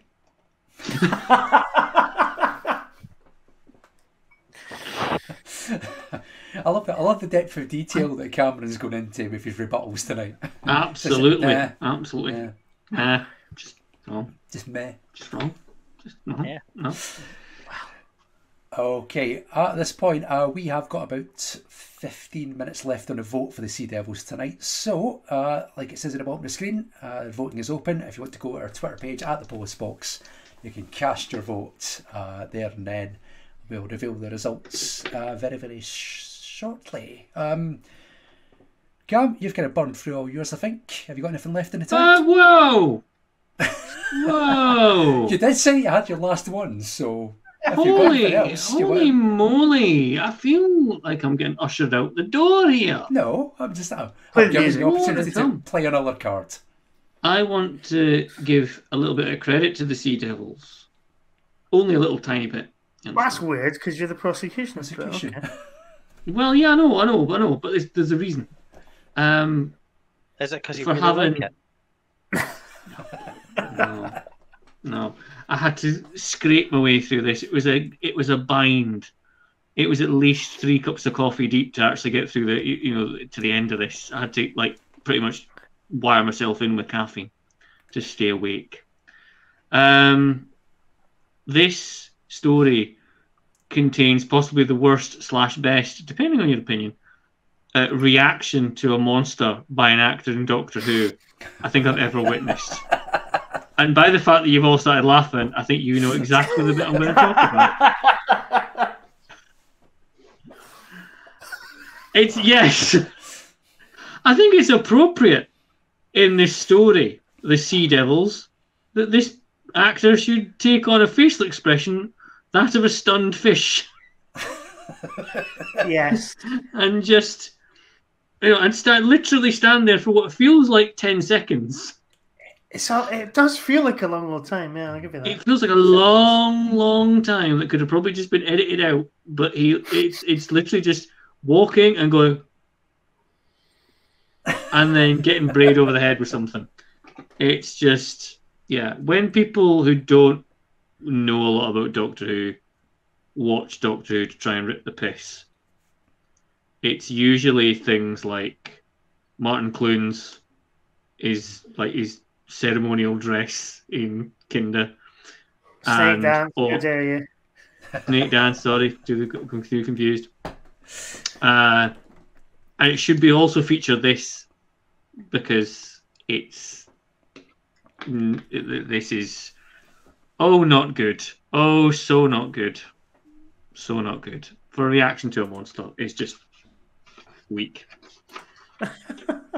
There we go. On the other hand, it is carrying on a fine tradition of these things throughout Doctor Who's history, isn't it? So, it's the absolute pinnacle. Can you just act shocked, Jerry? Just act shocked, please. What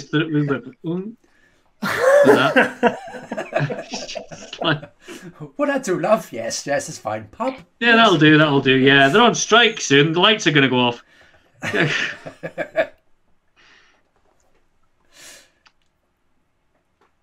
Okay, I think we're. This is the bit for Dave and March turn around and just go wrong. I would never do that though. I respect you too much.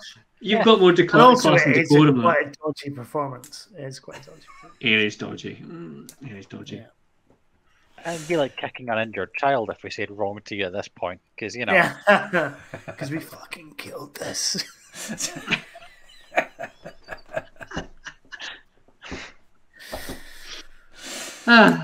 Let's add more damage to it then. Dave, Mark. It's Dave, I think. It's Dave. Dave, do you want to give us a point for the defence? Let's go. Let's have another one.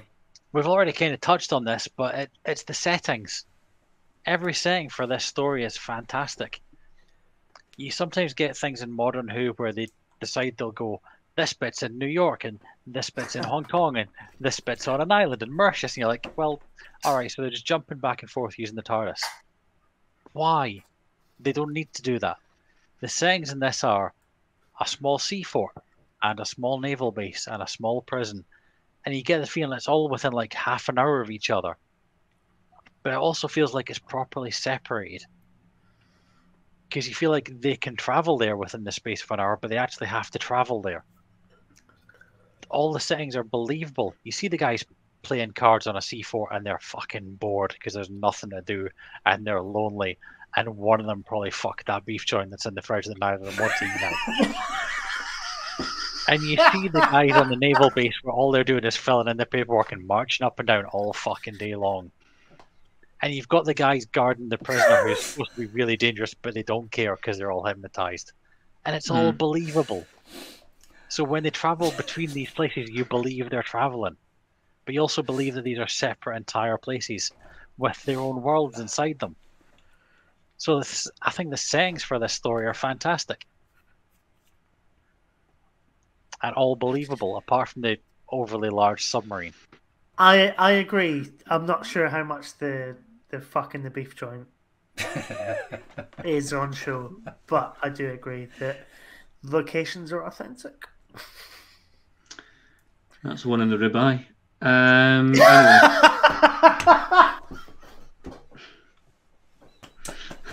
I think we all need to stand and applaud now. I mean, come on. Bravo. I'll let Ben rate that one. Is he still here? Probably not. I'm assuming so. I'm trying to imagine what Sea Devils would play out like if it was made today. And I can only imagine that there would be a sweeping shot somewhere out to sea above like an aircraft carrier. And it would just be like, you know, the title card would be like, somewhere in the Atlantic. Something like that. Sure. And it would be, yeah. So, as with most Doctor Who at this time and this kind of stage, there's a certain level of like greyness to this, which I think gets a little bit repetitive as the episodes go on. So yes, there are many multitude of locations. The base feels again like a kind of dark hole somewhere. They've stuck some sort of ornamental, like command center in, and that's about it. Yes, they've used obviously the real life military buildings, which does help give it a sort of relevancy and a realism to it. But most of it is just sort of dull grey buildings surrounded by wire fencing. It's the 1970s. I wasn't born in the 1970s. You guys obviously were. Right, she's ageism now. There we go. Having a dig at her age. Yep. See, I keep forgetting I'm the youngest one. I wasn't born in the 1970s either. I don't know why I was defensive there. Yeah, but Mark, how dare you, sir? How dare you? You're not the one having a dig. No, true. But no, I felt It's true. I was on your side rather than, you know. Well, yeah. It shows. But yeah, I say lots of locations, and you know there's a sense of scale to it all, but it's all really just grey and continually grey, with the occasional sort of sand shingles in there to break it up. Thank you. Good night. We've had a couple of comments through while that one's been going on now. Cam, the professional stand-up comedian that's watching us tonight, has rated your joke excellent. Yay! I'll be So getting next year- the glass plaque, you know, the best joke at the Fringe Festival very, very soon. This year the Polis Box, next year the Perrier. Ben has also gone on to say, am I the Polis Box's Degsy? Yes, you are tonight, man. The ethereal Ben. Probably, yeah. The ethereal Ben Verf. Has he finished the pizza yet, though? Well, but only he can tell us, Ben. Send us an update. I probably need to know what was on the pizza. That's what I'll need to know. I think if I could guess Ben's pizza order, but I'm not sure. Oh, this is like the Conquistadors. We have to guess what Al's got for his team. I would know what the Digzessio Funmaker used to be a big fan of the chicken and pineapple pizza. I'm intrigued to Yes, see it what was Ben excellent. has on this. Whatever it was excellent. We're still waiting on an Oof. update. We're gonna We'll find out very I'm shortly. hoping that Ben's not going to disappoint me by being one of these people that wants barbecue sauce instead of tomato on his top of his pizza. Oh, nah. Because I did that is that a once. I was like, oh no, that's not fun. It's just too sweet. no. I don't know what it is about my brain that can't I don't compute mind a that. barbecue drizzle on a pizza, but not the full-on. Not the actual base. No, Yeah. that's just not right. He has That's sent a mad. comment through. He has sent a comment through with what he's having, and it does sound like some sort of service from a specialist website because he's had a cheese job from the oven. I bet he has. Just, Dirty Ben. I think a cheese job's one of those things that gets scrambled after 10 minutes, is it not? You've heard. I've heard. Maybe. So while we're Possibly. playing a game of guess the topping, we've had another comment on Twitter. Michael Storm, who's Sandman Jazz, he sent us a message just simply saying not guilty. He's right. Well, it's decisive. I'll grant him that. It's Straight to the decisive. point. Okay, right. Have we got any other points we want to raise before we close the vote? One more point I want to raise. Go on. So everybody and their gran wants to give Planet of the Spiders a hard time for overly indulging John Pertwee, and I think a lot of the time the criticisms of Planet of the Spiders is kind of fair enough. You know, it's a car chase. He's got his hovercraft. He's got a boat chase. It's all a bit over the top. This is how you indulge your leading man. You know, it's John Pertwee, naval hero John Pertwee, who used to suck his own cock for allegedly. Allegedly, Couldn't yes. find a beef joint. For the entertainment of his comrades, including Ian Fleming and Patrick Troughton. That's like I love Doctor Who at this point because there's all these kind of weird connections. Like you got Leslie Phillips and Ian Fleming and Patrick Troughton, but this is Doctor Who going right. John was in the Navy. He wants to do a kind of Doctor Who story with the Navy. And you get that with this. Like, it's full on, you know, like that scene where they bring out the diving bell. It's properly John Pertwee inside the diving bell. Obviously, when it goes underwater, it's not. It's all in a set and blah, blah, blah, blah, blah. But I think it's so much fun to kind of just give Pertwee, like, carte blanche to just like turn up at a naval base and be like, hello, I'm Doctor Who, and we've written this whole story that will allow us to just fanny around with like naval equipment and aliens, and everybody just has a fucking great time. The actors, you know, the extras, the kind of actual Royal Navy extras, and it does lend it a real sense of authenticity.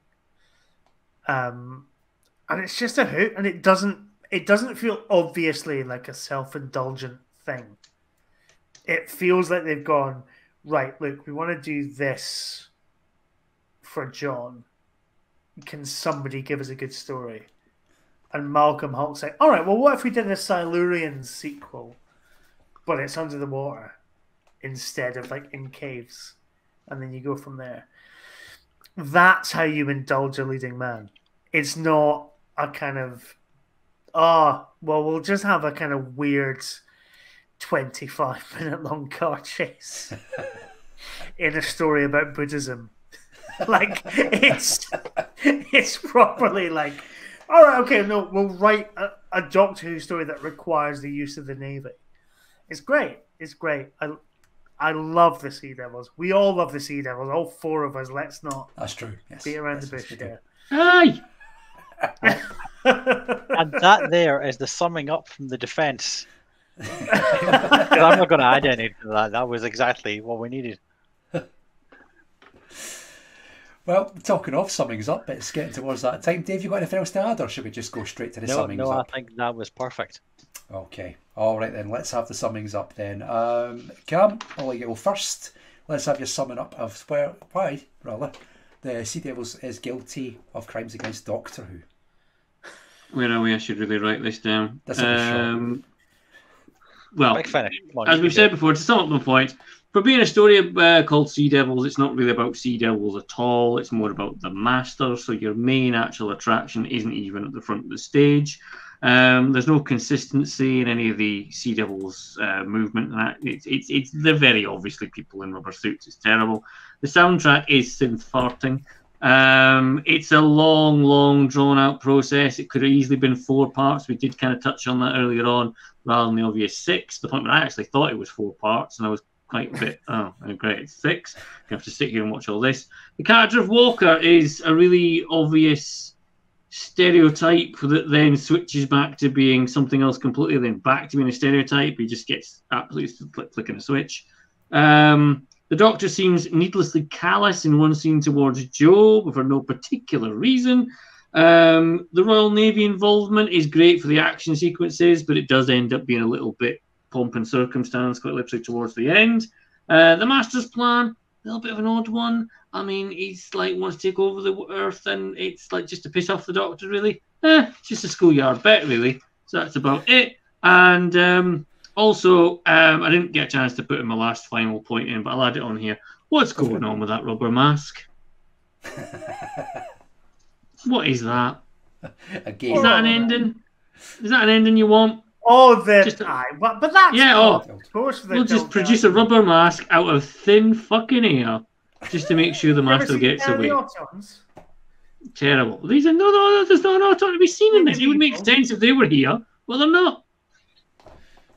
No, but what I'm saying is that 1970s Doctor Who is full of just dodgy latex masks. But it's like, from a story point of view, where the fuck did he get that? Silence. Right, thank you. Has them From a diving suit. printed in his pockets. He just has copies of his own face stored in a pocket somewhere in his jacket when he's out to sea. Look, it's a wise move if you're some kind of intergalactic time traveling criminal to just have faces you can just apply to folk. Yeah, it's handy, totally. isn't it? It's handy. Totally. I mean, I can get a story about a blue box that travels in space and time, but someone having a rubber mask with their own face is just completely beyond the pale.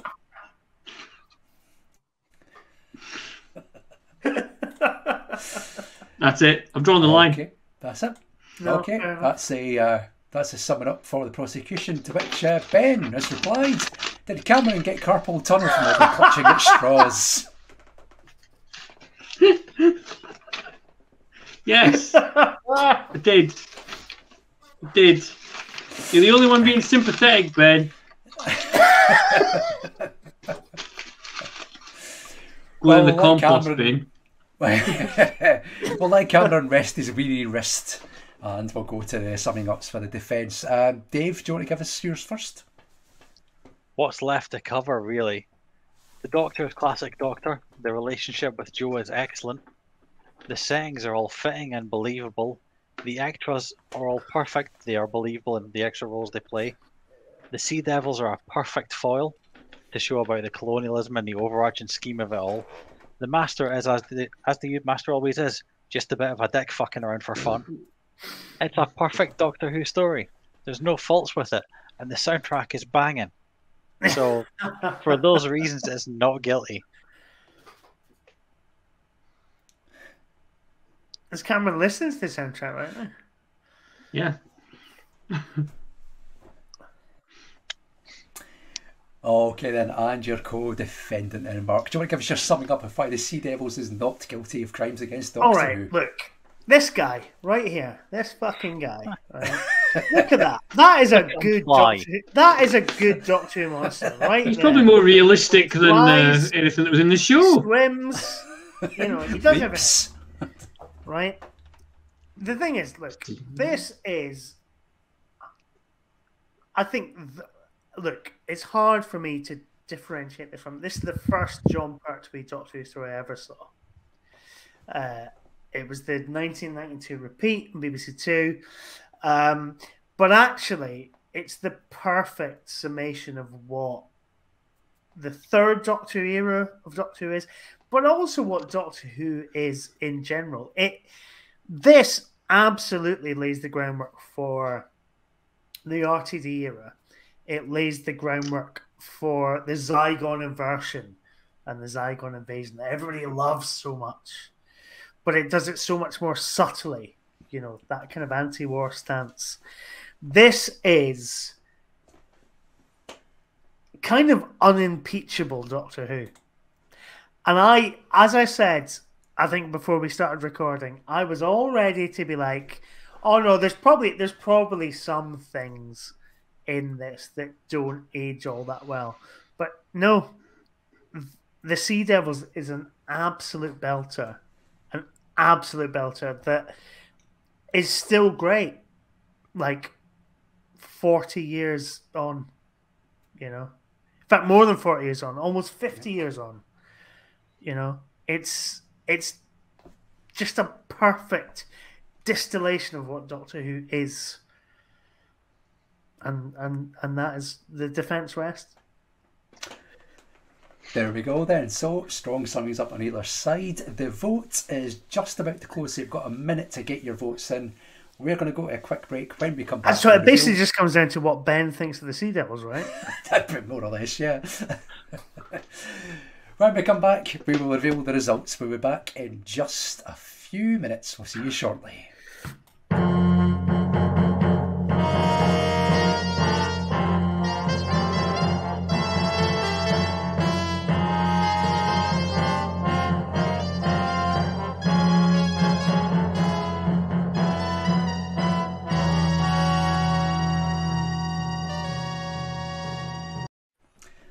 And we're back. The vote has closed. So the result is now locked in. Shall we find out what our viewers, listeners, everybody thought? Whether the Sea Devils is guilty or not guilty of crimes against Doctor Who. Play along at home. See if you can guess. For Cameron. Just to give this a further little bit of jeopardy, if Dave wins this one,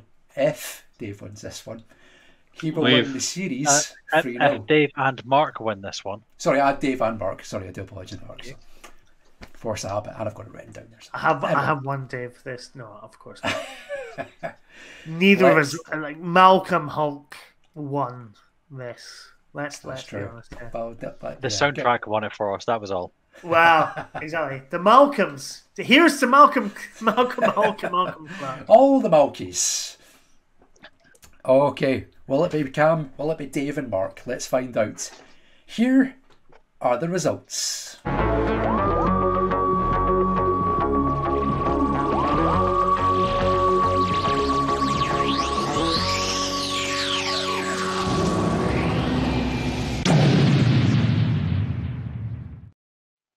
Well, I don't know about you, but I am shocked and surprised.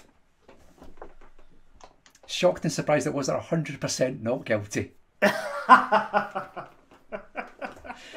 So you voted for yourself then, Cam? Maybe.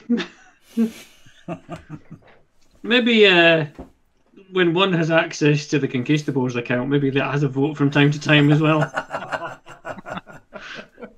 You know, maybe. One final comment is coming from Ben again. Not guilty. Not guilty. Exactly. Well, man speaks sense. He speaks sense. That's it. It's just good that nightmare never came to pass. That I had to prosecute one of my favourite ones. To be fair, that couldn't have come along at a worse time because it was at the point in the series where Dave could win it, and you got dealt a bum hand, Cam. You had to defend one of your prosecute one of your favourites. But it does mean that Dave has somewhat prematurely won the series 3-0. So congratulations, Dave.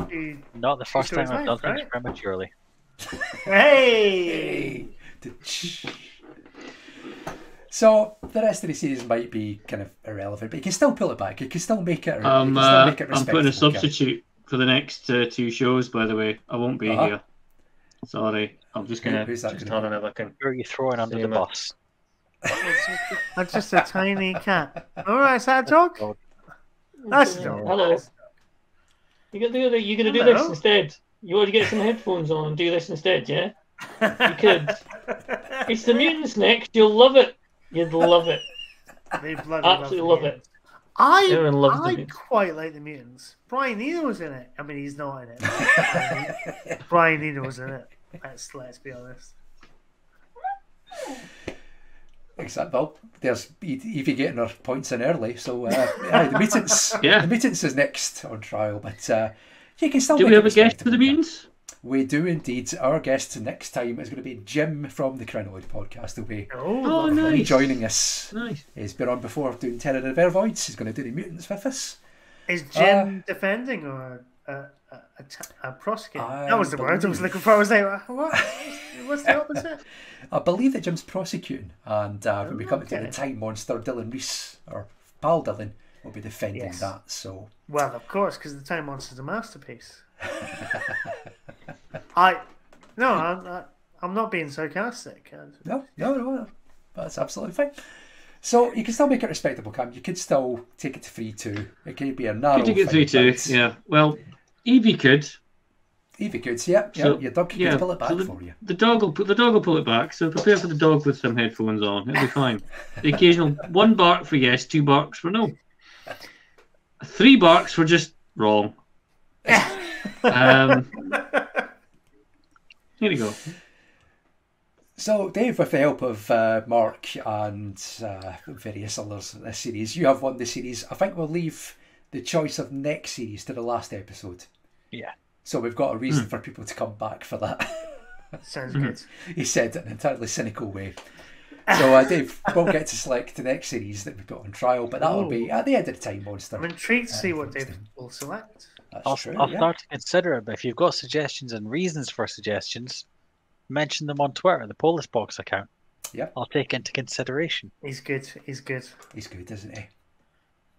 He's Mostly because I have no idea what the fuck I'll choose. Here's a question. Well, what if I just choose specials?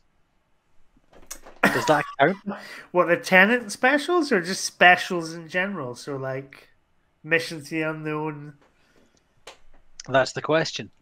the Ronnie Like the- Corbett, is it just Sarah all- Jane Adventures. But can it just be like all the Christmas specials? I guess. But then Because they they're all not kind part of of the fit seasons. into a... But they don't. They're standalones. So can I choose just Wow, all they're of the not- standalones well, as one series? In the case of Runaway Time, Bride isn't. yeah, Voyage of the Damned isn't. the Snowman and Time Arguably, of the the next Doctor. Doctor isn't. Yeah, Yeah. I think we'll probably include the Christmas specials as part of the respective series. I think because some do tie in or form Which the end is of the why we're series going to get a itself. boring fucking Shooty Gatwa Christmas special where he's passed out for 20 fucking minutes and then some aliens turn up and Yasmin Finney off a Heartstopper has to be like, oh, Doctor, wake up. We need you to... So I don't know why I'm so cynical about the new RTD era, but I am quite cynical about the new RTD era. I want it to be... I want it to be better than I think it's going to be. I think that's the problem. But you're feeling prepared for it to be exactly the same thing twice. Yeah. Where does Russell T Davies get his crazy ideas from? Exactly. His own work. Are you- That's fair. Are you worried there's going to be a moment where you suddenly watch one scene and you're like, nah, that's it. I'm not watching Doctor Who anymore. That's it. I'm out. I've always been worried about that. I remember when Matt Smith announced he was leaving. I think it was Matt Smith. It's maybe Capaldi. Actually, no, I think it was Capaldi. When Capaldi was leaving, and there was these like quite vocal rumours that fucking Eddie Redmayne was going to take over. And I was like, well, that would be the moment. That right there, Eddie Redmayne as Doctor Who, would be the moment that I just stopped watching Doctor Who. And it wasn't, and I think actually that makes me better than Ian Levine.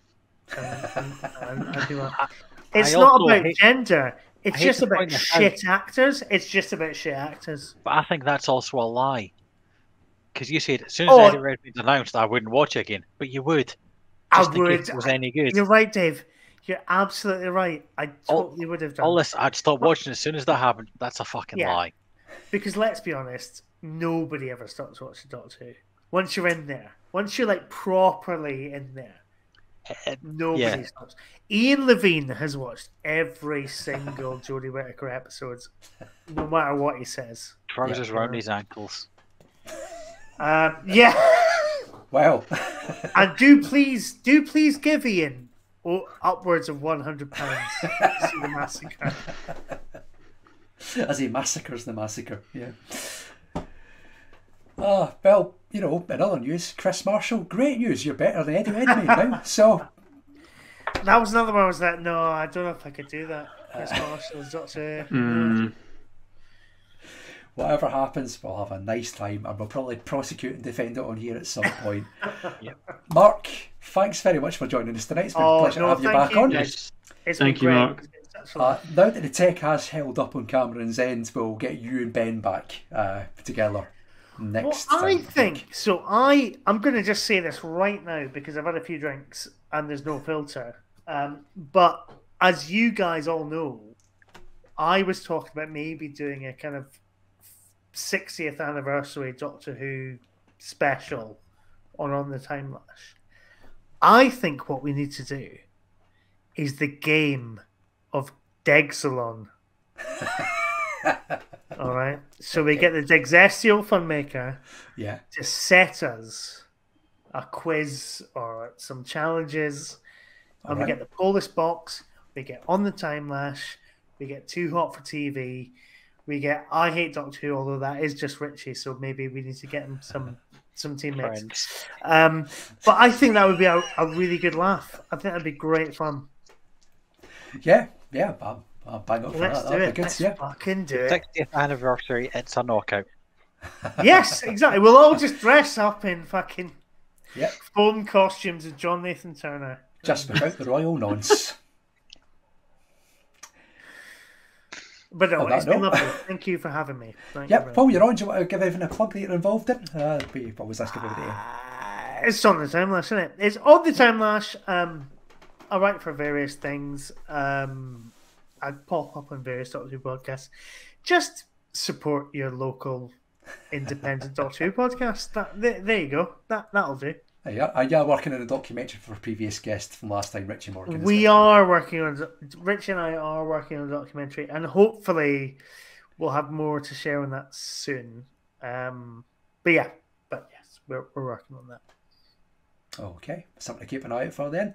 Right, so Sea Devils surprisingly found not guilty of crimes against Doctor Who. Dave wins the series. Still 2 trials to go, so you know it can be clawed back by Cam. maybe not. Stay positive, Cam. It'll be fine. Like I say, next time we're coming back. We're going to do the Mutants in 2 weeks' time with Jim from the Chrono podcast. Join us for that. Thanks for joining us tonight. Thanks for all your comments on Twitter, for all your votes, for everything, just for being here, just for having your pizza in front of these 4 charlatans. Hello, Ben. We will see you a fortnight tonight for the Mutants with Jim Cameron from the Chrono podcast. In the meantime, I've been Lee. I've been Dave. And I've been Cameron. And I've been Mark, and what a delight it's been to be here. It's contractually obliged to say that. We made his signed documents and everything. We'll see you in a fortnight's time, everybody. Good night. Good night.